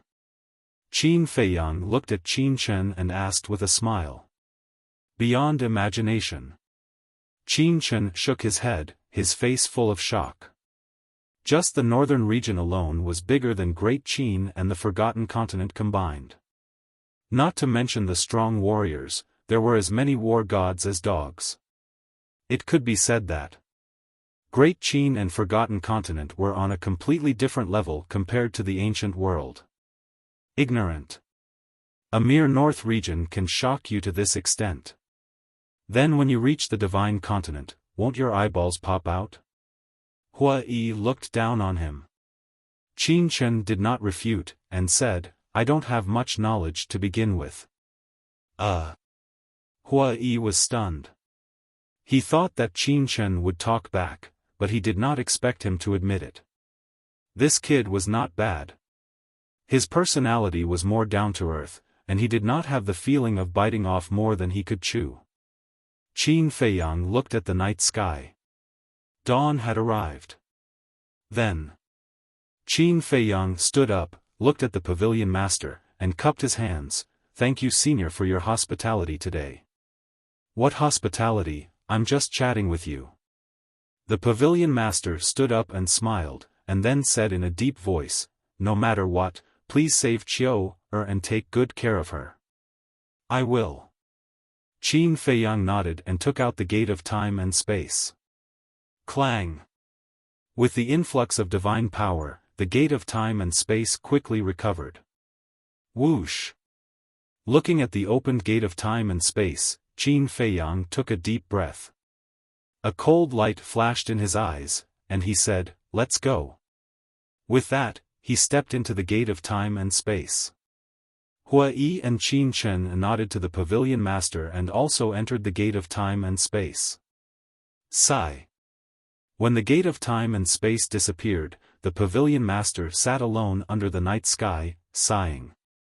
She had good intentions in leaving Shangguanqiu in the Divine Continent. Because working in the treasure pavilion in the Divine Continent had a better future than in the North region. But she did not expect that it would harm Shangguanqiu. Nothing must happen to you. Otherwise, I will feel guilty and blame myself for the rest of my life. Now, she could only pray that nothing would happen halfway.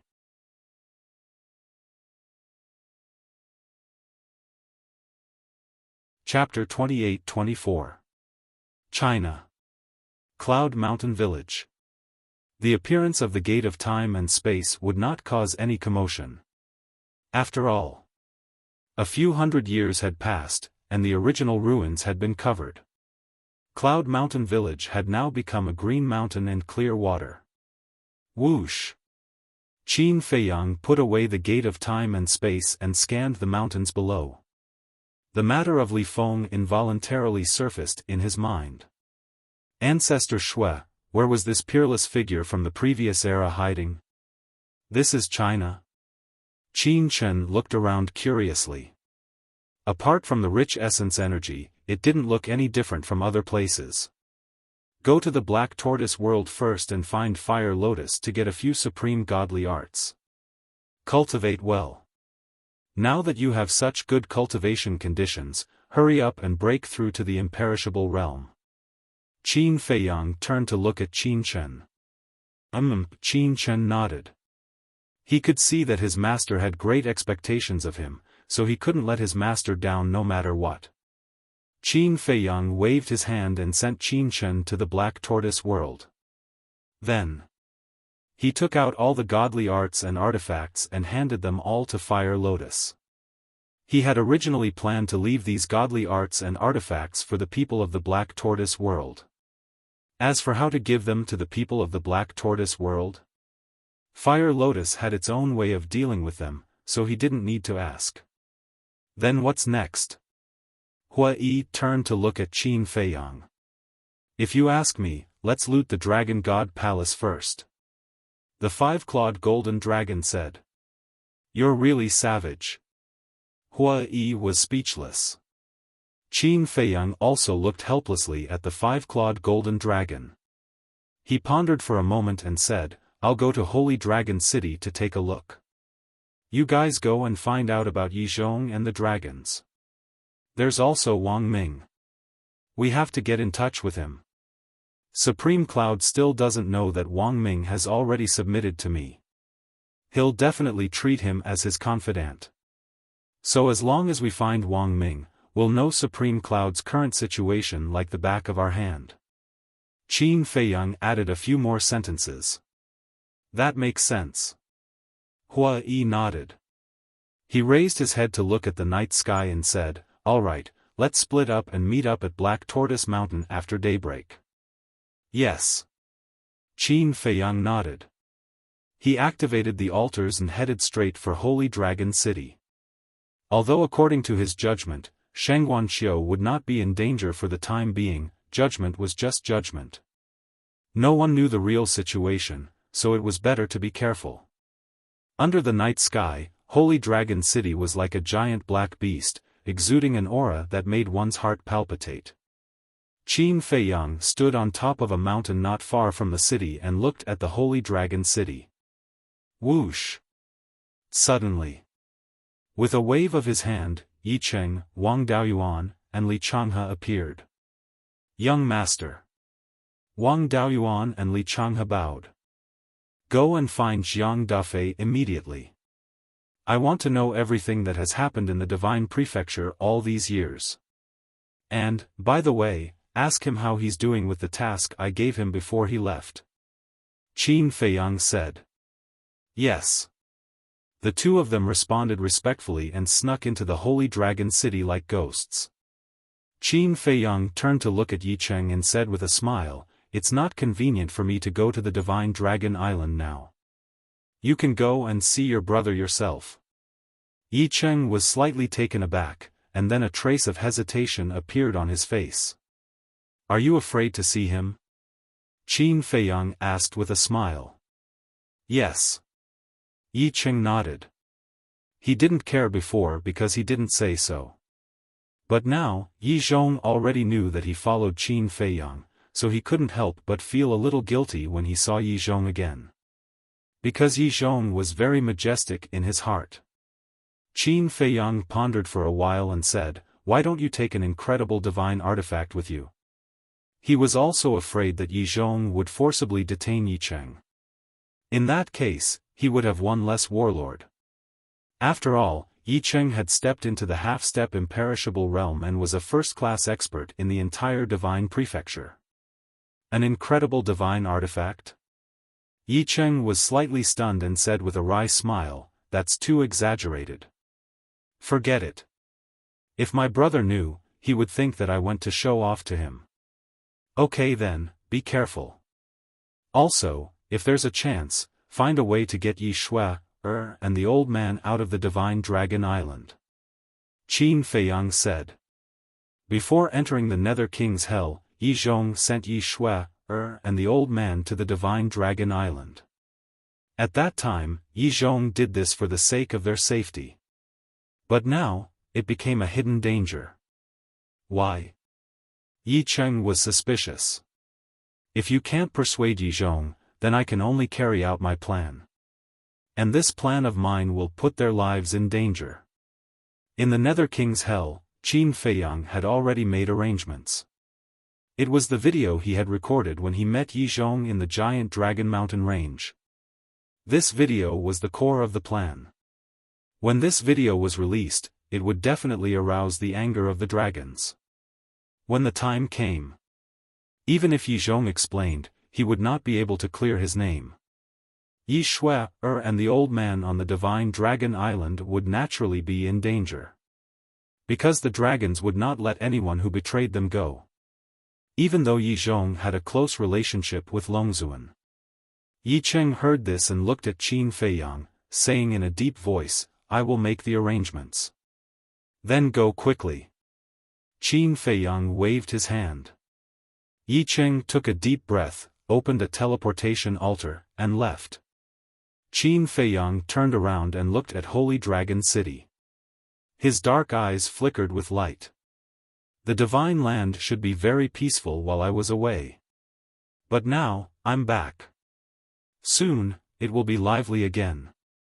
Qin Feiyang smiled coldly, took out an illusory appearance pill, changed his appearance, and entered the Holy Dragon City secretly. It was already early in the morning. Except for the noise of the major restaurants, the other places were very quiet. Qin Feiyang walked on the street like a ghost, occasionally meeting one or two drunkards. In this regard, it was no different from the secular world. At night, he could basically meet drunkards. Finally, the treasure pavilion entered Qin Feiyang's line of sight. However, he did not approach, standing in a dark alley, watching from afar. At the entrance of the treasure pavilion, there were two guards on duty, both of whom were at the ninth heaven realm, scanning the street with sharp eyes. The door of the treasure pavilion was undoubtedly closed. Above, there were two lanterns hanging, emitting a weak candlelight. After observing for a while, Qin Feiyang took out the image crystal and quietly activated it. Soon. He frowned. He sent a message to Sheng Guanqiu, but there was no response at all. What was going on? Then he thought of a woman, Ren Xiaolan. Since the pavilion master said that Sheng Guanqiu and Ren Xiaolan were on good terms, then he could definitely contact Sheng Guanqiu. However, he hesitated again. Because no one knew what the current situation was. Although Ren Xiaolan used to be a good woman, hundreds of years had passed. Who knew if she was still the Ren Xiaolan he knew? If Ren Xiaolan became a spy for Supreme Cloud and was responsible for monitoring Sheng Guanqiu, then he would undoubtedly expose his motive and whereabouts if he went to find Ren Xiaolan now. In short, he did not want any accidents to happen before he saw Sheng Guanqiu with his own eyes. After pondering for a while, Qin Feiyang finally decided to sneak in. Whoosh! The next moment, Qin Feiyang disappeared, controlling the Black Tortoise realm, and quietly entered the treasure pavilion. He did not know where Shengguanqiu was, so he could only look for him slowly. About 100 breaths passed. Qin Feiyang stopped in front of a room in the corner of the 3rd floor. The door was not closed, leaving a gap, and a weak candlelight came through. After a while, Qin Feiyang controlled the Black Tortoise realm and entered the room. It turned out that this was a study. There were 2 women in the study. One of them was Ren Xiaolan. The other person was wearing a long white dress that was spotless. Her fine black hair was tied up high with an exquisite hairpin in it. She sat at the desk, looking down at an account book, as if she was calculating something. That was right. She was Shengguanqiu. After hundreds of years, she had become more capable and charming than before. It's good that you're fine. A smile finally appeared on Qin Feiyang's face. As he expected, Supreme Cloud did not attack her for the time being. However, when he looked at Ren Xiaolan again, he could not help but frown slightly. This woman was not dealing with any business. She was sitting casually at the coffee table, drinking tea. But her eyes were glancing at Shengguanqiu from time to time. What do you mean? Qin Feiyang murmured. She was not cultivating or resting in the middle of the night, but sitting here drinking tea? If she was dealing with business, it would not be suspicious. But now, it seemed that she had nothing to do. Moreover, Qin Feiyang noticed that the way Ren Xiaolan looked at Shengguanqiu seemed to be a little different. It was as if she was monitoring someone. It can't be like what I guessed. Qin Feiyang murmured. From the bottom of his heart, he did not want to believe it, let alone think so. Because he liked Ren Xiaolan very much. Back then. The reason he helped Ren Xiaolan was because he thought Ren Xiaolan was a good person. Similarly, without his help, Ren Xiaolan would have been kicked out of the treasure hall by the steward, not to mention her current status. I hope I'm overthinking. Qin Feiyang murmured. He activated the concealment spell and appeared in the study. He did not say anything, but stood silently by the desk. Time passed by slowly. About an hour later, Shengguanqiu finally closed the account book, straightened her body and stretched. Is there a problem? Ren Xiaolan put down the teacup in her hand and looked at Shengguanqiu with a smile. No problem. Shengguanqiu shook her head and smiled. Thank you for being with me for so long. Aren't we sisters? No need to thank me. Ren Xiaolan finished speaking and got up with a smile. Let's go and have a rest before dawn.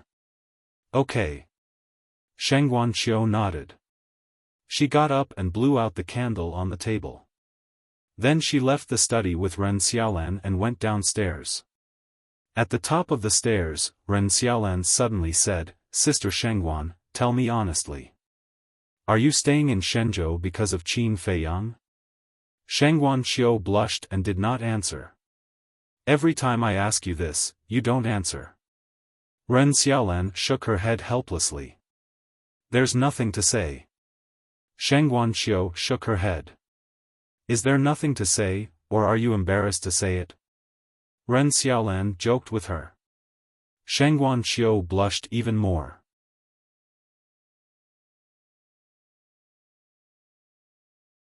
Chapter 28-25. While talking, they walked to a secluded corner on the 2nd floor. There were 2 rooms here.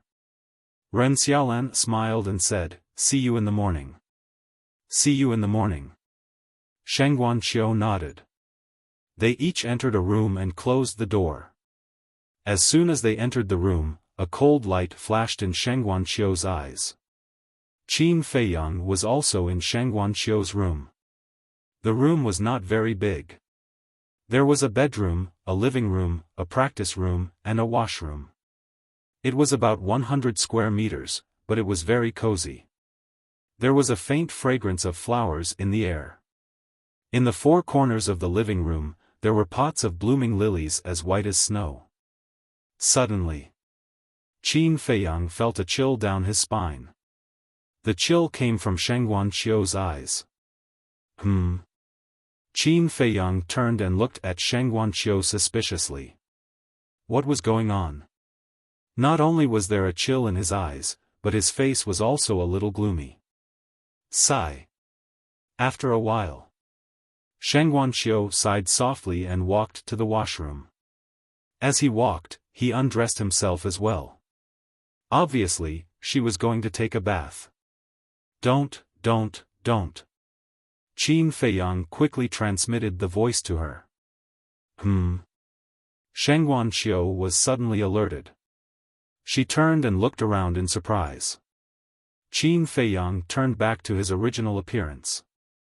He turned off the concealment spell and appeared in front of Shengguan Qiu. Shengguan Qiu was stunned.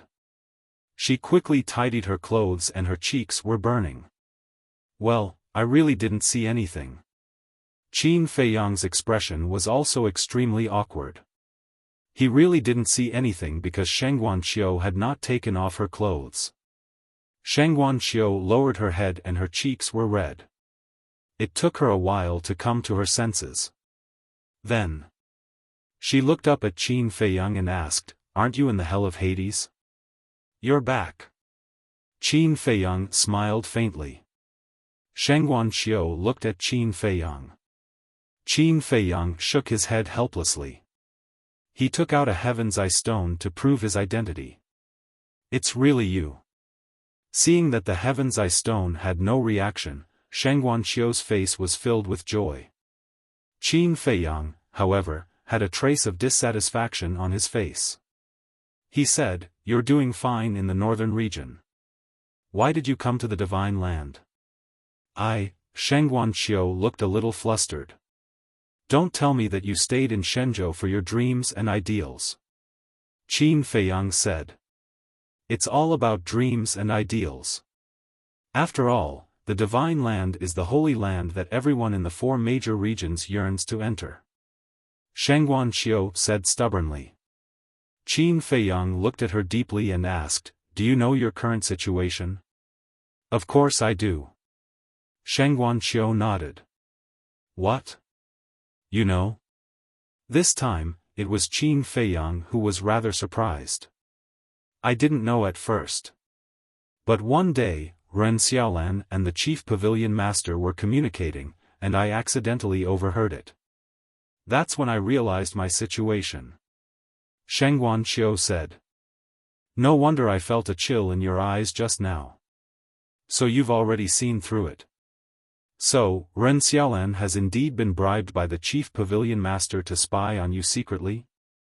Qin Feiyang said. "Yes. But Ren Xiaolan doesn't know that I've already found out. She still thinks that I treat her as a good sister." Shengguan Qiu snorted. "This woman really disappoints me." Qin Feiyang shook his head, and a murderous look flashed across his eyes. "Don't act rashly. Ren Xiaolan is Supreme Cloud's spy. If you kill her now, the chief pavilion master will definitely be suspicious." Shengguan Qiu said in a low voice. Qin Feiyang asked suspiciously, "What about the steward of the treasure pavilion?" "Ren Xiaolan has been bribed by the chief pavilion master, let alone the steward." Shengguan Qiu said. "This fat pig, he really doesn't learn from his mistakes." Qin Feiyang's eyes flashed coldly. He asked, "Have you seen the chief pavilion master with your own eyes?" "No." Shengguan Qiu shook his head. Qin Feiyang said, "How much do you know about my current situation?" "Basically everything. After all, rumors about you are everywhere in Divine Land. Besides, I've also met Jiang Dafei." Shengguan Qiu said with a smile. "Jiang Dafei? How do you know each other?" Qin Feiyang was surprised. "He took the initiative to look for me.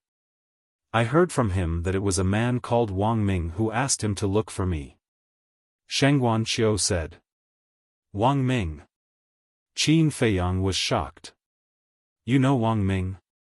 Shengguan Xiu asked. Yes. Qin Feiyang nodded.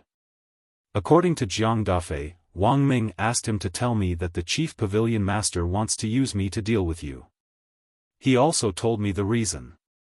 So I already know about the Dragon Slayer Palace and the relationship between the chief pavilion master and the Dragon Slayer Palace. Shengguan Xiu said. I see. Qin Feiyang nodded. If it was Wang Ming, it would make sense. Wang Ming himself did not know about the relationship between him and Shengguan Xiu. But because the chief pavilion master did not know that Wang Ming had pledged allegiance to him, he did not hide some plans from Wang Ming. Therefore, Wang Ming learned about the relationship between him and Shengguan Xiu from the chief pavilion master. Therefore, Wang Ming immediately found Jiang Dafei and asked him to pass the message to Shengguan Xiu. From this point of view, Wang Ming was not a bad person. He was quite loyal to him. Qin Feiyang said, now that you know everything, do you regret coming to Divine Land now? No. Shengguan Xiu shook his head.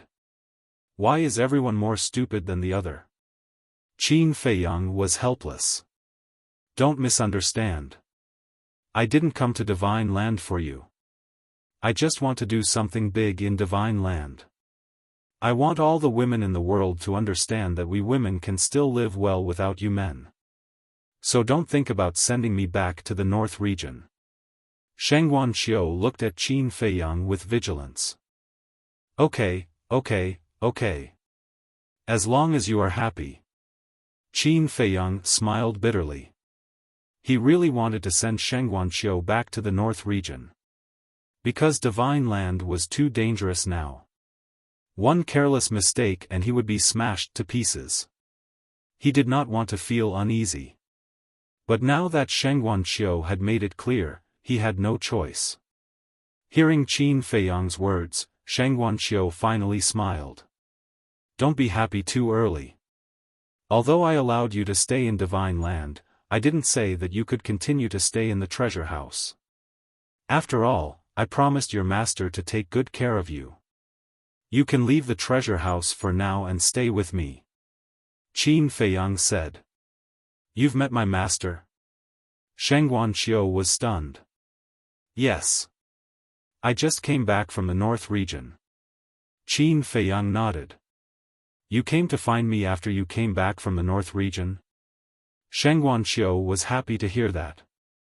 It seemed that this man cared about her. Don't get me wrong. I was asked to do this. Qin Feiyang said hurriedly. Shengguan Xiu pouted. Would it kill him to admit that he cared about her? Qin Feiyang sighed. He looked at Shengguan Xiu and said, to be honest, you are a good woman. Whoever marries you will be lucky for several generations. But you know my situation. Enough. You don't have to explain so much. I know you have someone in your heart. I have thought it through these years. If you like someone, you don't have to be with him. As long as he is happy, that's enough. Shengguan Xiu interrupted Qin Feiyang and shook her head. Qin Feiyang was stunned. Time could really slowly change some people. Shengguan Xiu said, I won't leave the treasure house either. Won't leave the treasure house? Qin Feiyang raised his eyebrows. That's right. Shengguan Xiu nodded and said, Supreme Cloud and the others don't know that you are back, so I won't be in any danger if I stay in the treasure house. But, Qin Feiyang frowned. Do you really want me to cling to you? If so, I will leave with you now. But once I leave, you won't be able to get rid of me in the future. Shengguan Xiu said. Qin Feiyang smiled bitterly. Seeing Qin Feiyang's reaction, Shengguan Xiu was a little disappointed. However, he quickly covered it up and smiled faintly, don't worry. Everything else aside, I still have the ability to take care of myself. All right. Qin Feiyang nodded. Then you can go. We are a single man and a single woman. Don't let your woman misunderstand. Shangguan Xiu said. She was referring to the mermaid princess. Qin Feiyang shook his head and smiled bitterly. All right, take care of yourself. Then, he entered the Black Tortoise realm and left the treasure house quietly. He did not have the time to waste with Shangguan Xiu. After leaving the treasure house, Qin Feiyang appeared in the dark alley again. Looking at the two guards at the door, his eyes flickered. Suddenly, his heart skipped a beat, and an old figure immediately appeared beside him. It was Feng Daji. Young lord. Feng Daji bowed. I have a task for you. Sneak into the treasure house and protect Shangguan Xiu. Qin Feiyang said. Sneak into the treasure house? Feng Daji was slightly stunned. He frowned and said, that seems a little difficult. Qin Feiyang pointed at the two guards and asked, are you sure it's difficult? Feng Daji looked up at the two guards. After thinking carefully, he said, you mean, I have to kill one of them, then pretend to be him and sneak into the treasure house? Just know what to do. You don't have to say it. Qin Feiyang smiled faintly and turned to leave. With Feng Daji protecting Shangguan Xiu, there was nothing to worry about. Because Feng Daji had broken through to the initial imperishable realm. In the treasure house of the Holy Dragon City, other than Supreme Cloud, the most powerful person was the steward, who was only halfway to the imperishable realm. Black Tortoise Mountain. The mountain range was full of lush greenery. Qin Feiyang stood at the top of the mountain, holding his breath and muttering to himself with his head lowered. The fire python had taken a great risk to send him back to the ancient world, so he could not let the fire python down. The matter of Supreme Cloud had to be resolved completely. The treasure house had to become a part of the dragon-slaying palace. There was also the dragons. With his current strength, it was impossible to destroy the dragons, but he had to at least give the dragons a fatal blow. Lastly, there was Yi Zhong. No matter what, he had to pull Yi Zhong into his camp. Although each of these tasks was difficult, they had to be completed. Besides, he had to deal with Supreme Cloud secretly. Otherwise, if the dragons found out, even if he killed or subdued Supreme Cloud, the treasure house would be destroyed. The treasure house provided resources for the dragon-slaying palace. It was the foundation of the dragon-slaying palace, so there could be no accidents.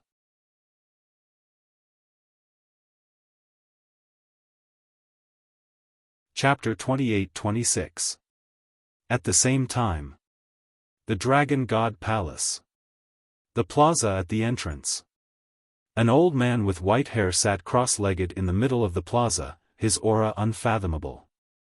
He was Yi Zhong. Suddenly, Yi Zhong opened his eyes and turned to look at the entrance, only to see an old man standing outside. This person was Yi Cheng. Looking at Yi Zhong, Yi Cheng instinctively lowered his head, not daring to look at Yi Zhong's eyes. Yi Zhong's face darkened, he stood up and walked to Yi Cheng's side, and said in a deep voice, "Follow me." With that, he flew down the stone stairs. Yi Cheng smiled bitterly, turned around and followed behind Yi Zhong. Not long later, the two of them entered a deep mountain. Yi Zhong set up a soundproof barrier and immediately cursed. "What are you trying to do? Do you know that by doing this, you will kill me, kill Shui, and kill the old man? It wasn't easy for my Yi family to get to where we are today, and you want to see everything destroyed?" To this, Yi Cheng lowered his head and remained silent. He had long expected this scene. He also understood his big brother's personality. If he didn't let him vent, he would definitely feel suffocated. "Say something. Do you think it's fine to just keep quiet?" Yi Zhong said angrily. "Big brother. The Nether King's hell hasn't ended yet. Seeing me appear, shouldn't you first ask why I'm here?" Yi Cheng smiled bitterly. Yi Zhong was stunned. "That's right. Didn't Qin Feiyang say that Yi Cheng was cultivating in the Black Tortoise realm? Since he was in the Black Tortoise realm, then he was naturally in the Nether King's Hell. But the Nether King's Hell hadn't ended yet, so how could Yi Cheng appear? In a moment of anger, he actually neglected this point. Alright. Tell me, how did you come back from the Nether King's Hell? Yi Zhong took a deep breath, calmed the anger in his heart, and said. I can't say. Yi Cheng shook his head. Yi Zhong's veins bulged as he roared, Am I still your big brother? You will always be my big brother. But there are some things that I can't tell you before you change your position. Yi Cheng said. Changing sides, Yi Zhong clenched his fists and said in a deep voice, In that case, Qin Feiyang didn't lie to me. You really followed him willingly. Yes. Yi Cheng nodded. Why? Yi Zhong said angrily. Why? It's very simple. I don't want to become a sinner. I also don't want my descendants to become objects of disdain. Big brother, it's time to wake up. Look, all these years, Shui and father have been living in seclusion deep in the mountains, not daring to go out. Because once they go out, there will be people pointing at their backs and scolding them. But Shui is very sensible, and father also knows that you're having a hard time, so they didn't say anything and silently endured it. But can you bear to let them live like this forever? In any case, I can't bear to. I hope that they will be able to enter the city openly and face everyone in a dignified manner. I hope that everyone will respect them and not scold them behind their backs. Yi Cheng sighed. Naive. The strength of the dragons isn't something that a single Qin Feiyang can shake. Yi Zhong snorted coldly. That's of course. But a single Qin Feiyang isn't enough. There are tens of thousands of people. We don't seek to go down in history. We only seek to have a clear conscience. Yi Cheng said. Ridiculous. If we don't even have our lives, what's the use of having a clear conscience? Yi Zhong said. Big brother. Yi Cheng was incomparably anxious. Enough. Yi Zhong shouted impatiently and asked, Has Qin Feiyang returned? Yes. Yi Cheng sighed softly and nodded. Then what's his plan? Yi Zhong asked. I won't say. Yi Cheng shook his head. Bastard. What kind of bewitching potion did he give you to make you so dead set on him? Yi Zhong roared. If there's such a thing as bewitching potion in the world, he'll go to you and not me. However, I do have to thank you. Look at my current cultivation. Yi Cheng smiled faintly. Cultivation? Yi Zhong sized up Yi Cheng and his pupils suddenly shrank. You've already, that's right. I've already stepped into the half-step undying realm. There's one thing I can tell you. The current time array of the Black Tortoise world is 1,000 years per day. It's not just me and Qin Feiyang. Everyone in the Black Tortoise world's cultivation is soaring. I believe that a large number of Undying Realm experts will be born in the Black Tortoise world soon. Yi Cheng smiled confidently. 1,000 years per day, Yi Zhong was stunned and muttered, It's actually stronger than the current time array of the Divine Dragon Island. The current time array? Yi Cheng was slightly stunned and asked suspiciously, What do you mean? The Dragon God has already set up an even stronger time array on the Divine Dragon Island this time. 500 years per day. Yi Zhong said. 500 years per day. Yi Cheng was shocked. Originally, the time array of the Dragon God Palace was not as strong as the time array of the Dragon Slaying Palace. Because the time array of the Dragon Slaying Palace was 50 years per day. But now, it had become 500 years per day. Wasn't this the same as the time array of the ancient King Yuang City? I think, the Dragon God must have set up a time array of 500 years per day to close the gap. Because everyone thought that Qin Feiyang would cultivate in the ancient King Yuang City until the Nether King's Hell closed. But who would have thought that not only did he not stay in the ancient King Yuang city, but even the time array of the Black Tortoise world has become so powerful. Yi Zhong shook his head. This kid was filled with too many miracles. He was the clearest about the situation of the Nether King's hell. Other than people like him who had left their divine souls outside and could come out in advance, the others had to wait until the Nether King's hell closed. But Qin Feiyang, on the other hand, ran out without anyone noticing. Wait! Suddenly, Yi Zhong looked up at Yi Cheng and asked, could it be that Qin Feiyang also left his divine soul outside? Before entering the Nether King's hell, he didn't even know the situation of the Nether King's hell. How could he leave his divine soul in advance? Yi Cheng said. Then how did you guys come out? Yi Zhong frowned. He really couldn't figure it out. I really can't say. Yi Cheng shook his head. Yi Zhong said, then tell me, what is Qin Feiyang's next plan? Yi Cheng shook his head again. Yi Zhong grabbed Yi Cheng's clothes, his face full of anger. Big brother, Qin Feiyang is your disciple, and I am your brother. Why would we harm you? Besides, he does treat you as his master. Yi Cheng sighed. He is such an amazing person. This old man can't afford to be friends with him. I'll ask you one last time. Are you going to tell me or not? Yi Zhong said angrily. If I don't tell you, will you kill me? If so, then do it. Yi Cheng closed his eyes. Yi Zhong was furious. After a long time, Yi Zhong looked at Yi Cheng helplessly, let go of Yi Cheng's clothes, and sighed. Have you really made up your mind? Yes. Yi Cheng nodded. What is so good about Qin Feiyang? Why are you so loyal? Yi Zhong asked helplessly. Yi Cheng pondered for a while and said with a smile, although he is still very young, he is more responsible than anyone else. You don't know, right? In order to save the world, he sacrificed himself without hesitation. Save the world? Yi Zhong was stunned. That's right. This happened before he entered the ancient world. Back then, a catastrophe happened in the great Qin and forgotten continent where he was, and countless living beings died tragically. In the end, he used his life as the price to open the gate of rebirth and revive all living beings. At that time, he was almost completely destroyed. In the end, it was the dragon god who saved him.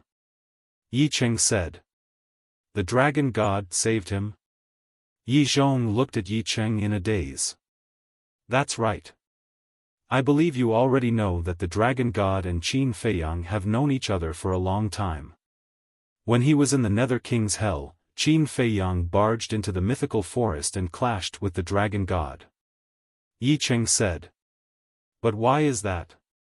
Qin Feiyang is clearly the enemy of the dragons, so why would the dragon god save him? Yi Zhong frowned. I don't know either. Qin Feiyang himself doesn't know either. Actually, I'm not telling you this to express the complicated relationship between Qin Feiyang and the dragon god, but to let you understand Qin Feiyang as a person. Think about it.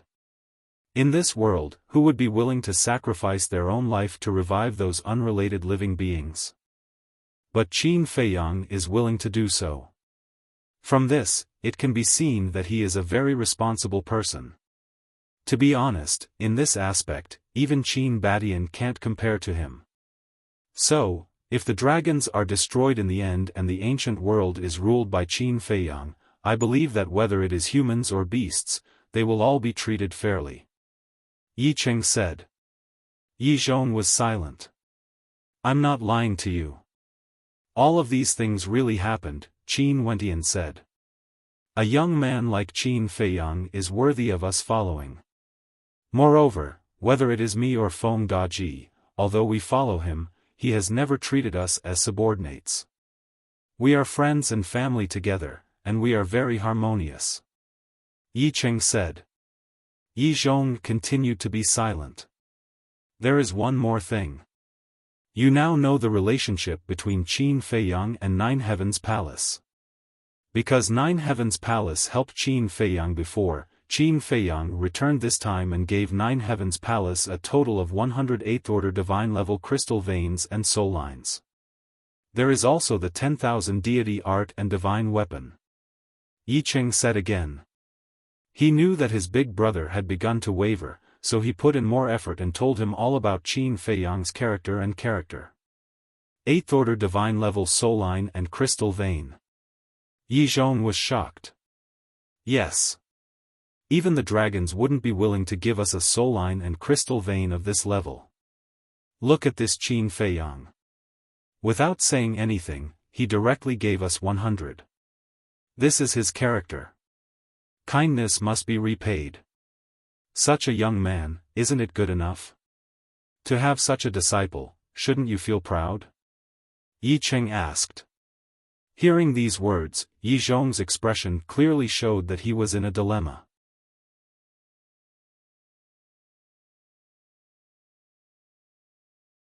Chapter 28-27.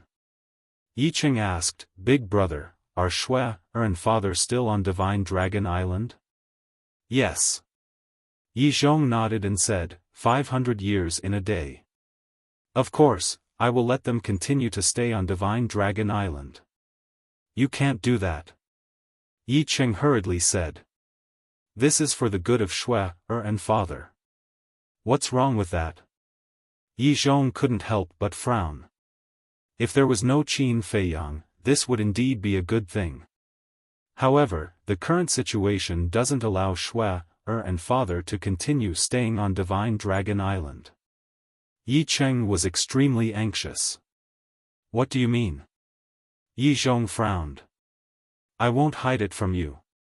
Before I came to find you, Qin Feiyang warned me repeatedly to tell you that Shui and Lord Father must not continue to stay on the Divine Dragon Island. Because Qin Feiyang has already formulated a plan to make you and the dragons fall out. Once this plan is carried out, I can tell you responsibly that the dragons will fall out with you on the spot. At that time, won't Shui and father, who are on Divine Dragon Island, be in danger? Yi Cheng said. What plan? Yi Zhong was surprised. I can't say. I just hope that you can take Shui and father away immediately. Otherwise, when an accident happens, it will be too late to regret. Yi Cheng said. Is this a threat? Yi Zhong stared at Yi Cheng gloomily. Big brother. I've already said so much. Do you still not understand my painstaking efforts? Threat? If I really wanted to threaten you, would Qin Feiyang have me come to find you? He has already thought of all the possibilities and is considering them for us. Let's talk about it later. Just based on the fact that Qin Feiyang extended father's life, we should be grateful. Yi Cheng sighed. Yi Zhong fell silent again. In short, you have a very high position in Qin Feiyang's heart. Otherwise, he wouldn't have tried everything to persuade you. And Qin Badian? Qin Badian has made it very clear. If I can't convince you, then I'll kill you. But Qin Feiyang never did that. Think about it. With his character and methods, if he didn't respect you, why would he waste so much time with you? Big brother, I beg you, please wake up. The humans of the ancient realm have been oppressed by the dragons for so long. It's time for them to stand up. Yi Cheng sighed. Yi Zhong lowered his head, his expression uncertain. I know it's hard for you to decide right now, so I'll give you some time to think about it. Think about it. What exactly is the right thing to do? Don't wait until you become a sinner for all eternity before you realize your mistake. Yi Cheng sighed deeply and then opened a teleportation altar. Where are you going? Yi Zhong frowned. Go back and report. Do you know? Before coming, Qin Feiyang was prepared to give me a heaven-defying divine artifact. Because he was worried, you forcefully detained me, but I refused. Because I believe that you're not such a stubborn person. Likewise. Even Qin Feiyang was willing to give me a heaven-defying divine artifact. Isn't this enough to prove his character? Think back to all these years. You've followed revered dragon and contributed so much to the dragons. Have you ever obtained a heaven-defying divine artifact? Every time a heaven-defying divine artifact was found in the Nether King's Hell, it would end up in the hands of the various ancestral dragons. With this comparison, it's clear who's better. After saying that, Yi Cheng stepped onto the altar. Yi Zhong didn't stop him. He raised his head and looked at Yi Cheng's back with a trace of confusion in his eyes. I'll wait for your news. Yi Cheng turned and smiled at Yi Zhong before his figure quickly disappeared. Sigh. Yi Zhong stood on the mountain peak and looked at the night sky. After a long time, he sighed and turned to leave. Black Tortoise Mountain. You're back. Seeing Yi Cheng appear, Qin Feiyang smiled. Yes. Yi Cheng nodded. How is it? Qin Feiyang asked with a smile. Big brother has already wavered. I hope to give him more time. And Shui, and father are still on the Divine Dragon Island. If you start the plan, I'm afraid, at this point. Yi Cheng's face was full of worry. Qin Feiyang smiled and said, as long as he starts to waver, there's hope. If you're worried, I won't start the plan unless I have no other choice. Thank you. Yi Cheng smiled gratefully. Swoosh. Suddenly, another 4 figures silently landed on Black Tortoise Mountain. They were Li Changhe, Wang Daoyuan, Jiang Dafei and Lei Bing, the city lord of Serpent City. Before entering the Nether King's Hell, Jiang Dafei and Lei Bing's cultivation had already broken through to the perfection stage of the Nine Heavens realm. Although more than 200 years had passed and they hadn't broken through, the aura of a city lord had been formed. Greetings, young lord. Looking at Qin Feiyang on the mountain peak, the two immediately landed on the mountain peak and bowed. Qin Feiyang nodded. Jiang Dafei said in surprise, young lord, how did you come back? Yes. If Li Changhe and Wang Daoyuan hadn't used the Sky's Eye Stone to verify your identities, we would have suspected that you were impersonators. Lei Bing added. We were lucky. Qin Feiyang smiled faintly and looked at Jiang Dafei. Thank you for reminding Shangguan Qiu in time. This is what I should do. We'll talk about it later. This is also Lord Ming Huang's arrangement. I'm just an errand boy. But speaking of which, how did Lord Ming Huang become your subordinate? Jiang Dafei was surprised. Lord Ming was naturally Wang Ming. Qin Feiyang was slightly taken aback and asked, Wang Ming didn't tell you? It's hard to even see a big shot like him, let alone explain to me. Jiang Dafei smiled bitterly. That's a long story. In short, you just need to know that not only Wang Ming, but also Yang Li and Lord Beast are now on our side. Qin Feiyang said. Amazing. Jiang Dafei and Lei Bing's faces were full of admiration. Tell us. Has anything big happened in these years? Qin Feiyang said. Jiang Dafei laughed. As long as you're not around, Divine Land must be very peaceful. The corner of Qin Feiyang's mouth twitched. Are you saying that I'm a jinx? However, since the Divine Land was very peaceful, Yi Zhong did not spread the news of what had happened in the Underworld King's Hell. Jiang Dafei scratched his head and laughed dryly. Qin Feiyang smiled helplessly and said, What about the task I gave you? It's done. Jiang Dafei nodded. So fast? Qin Feiyang was surprised. With our ability, it's definitely impossible, but young lord, you have a great influence now. After you left, Lei Bing, Wang Qi, and I immediately went to the Immortal General and asked for a list. It's the spies of the Dragon Slayer Palace lurking in the east, west, and south. At first, we thought that even with the list in hand, it would be difficult to deal with them. After all, they are the other 3 young lords' men. But when we went to the east, west, and south separately and found these people, they all returned surprisingly in unison. They all said that they were willing to follow you, young lord. And even if we said that we had to sign the slave seal to follow you, they didn't hesitate at all. Later, we found out that they already knew about your deeds and felt that following you would have a better future than following the other 3 young lords. So the whole process wasn't difficult at all. Jiang Dafei smiled. Qin Feiyang was stunned and said with a smile, "That's a little unexpected. And this immortal general actually gave you the list of the west, east, and south." We were also puzzled. At first, we thought that his immortal general wouldn't give us the list so easily. After all, he kept saying that we couldn't cross the line.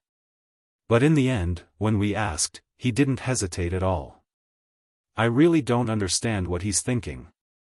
Jiang Dafei shook his head. Yi Qing smiled.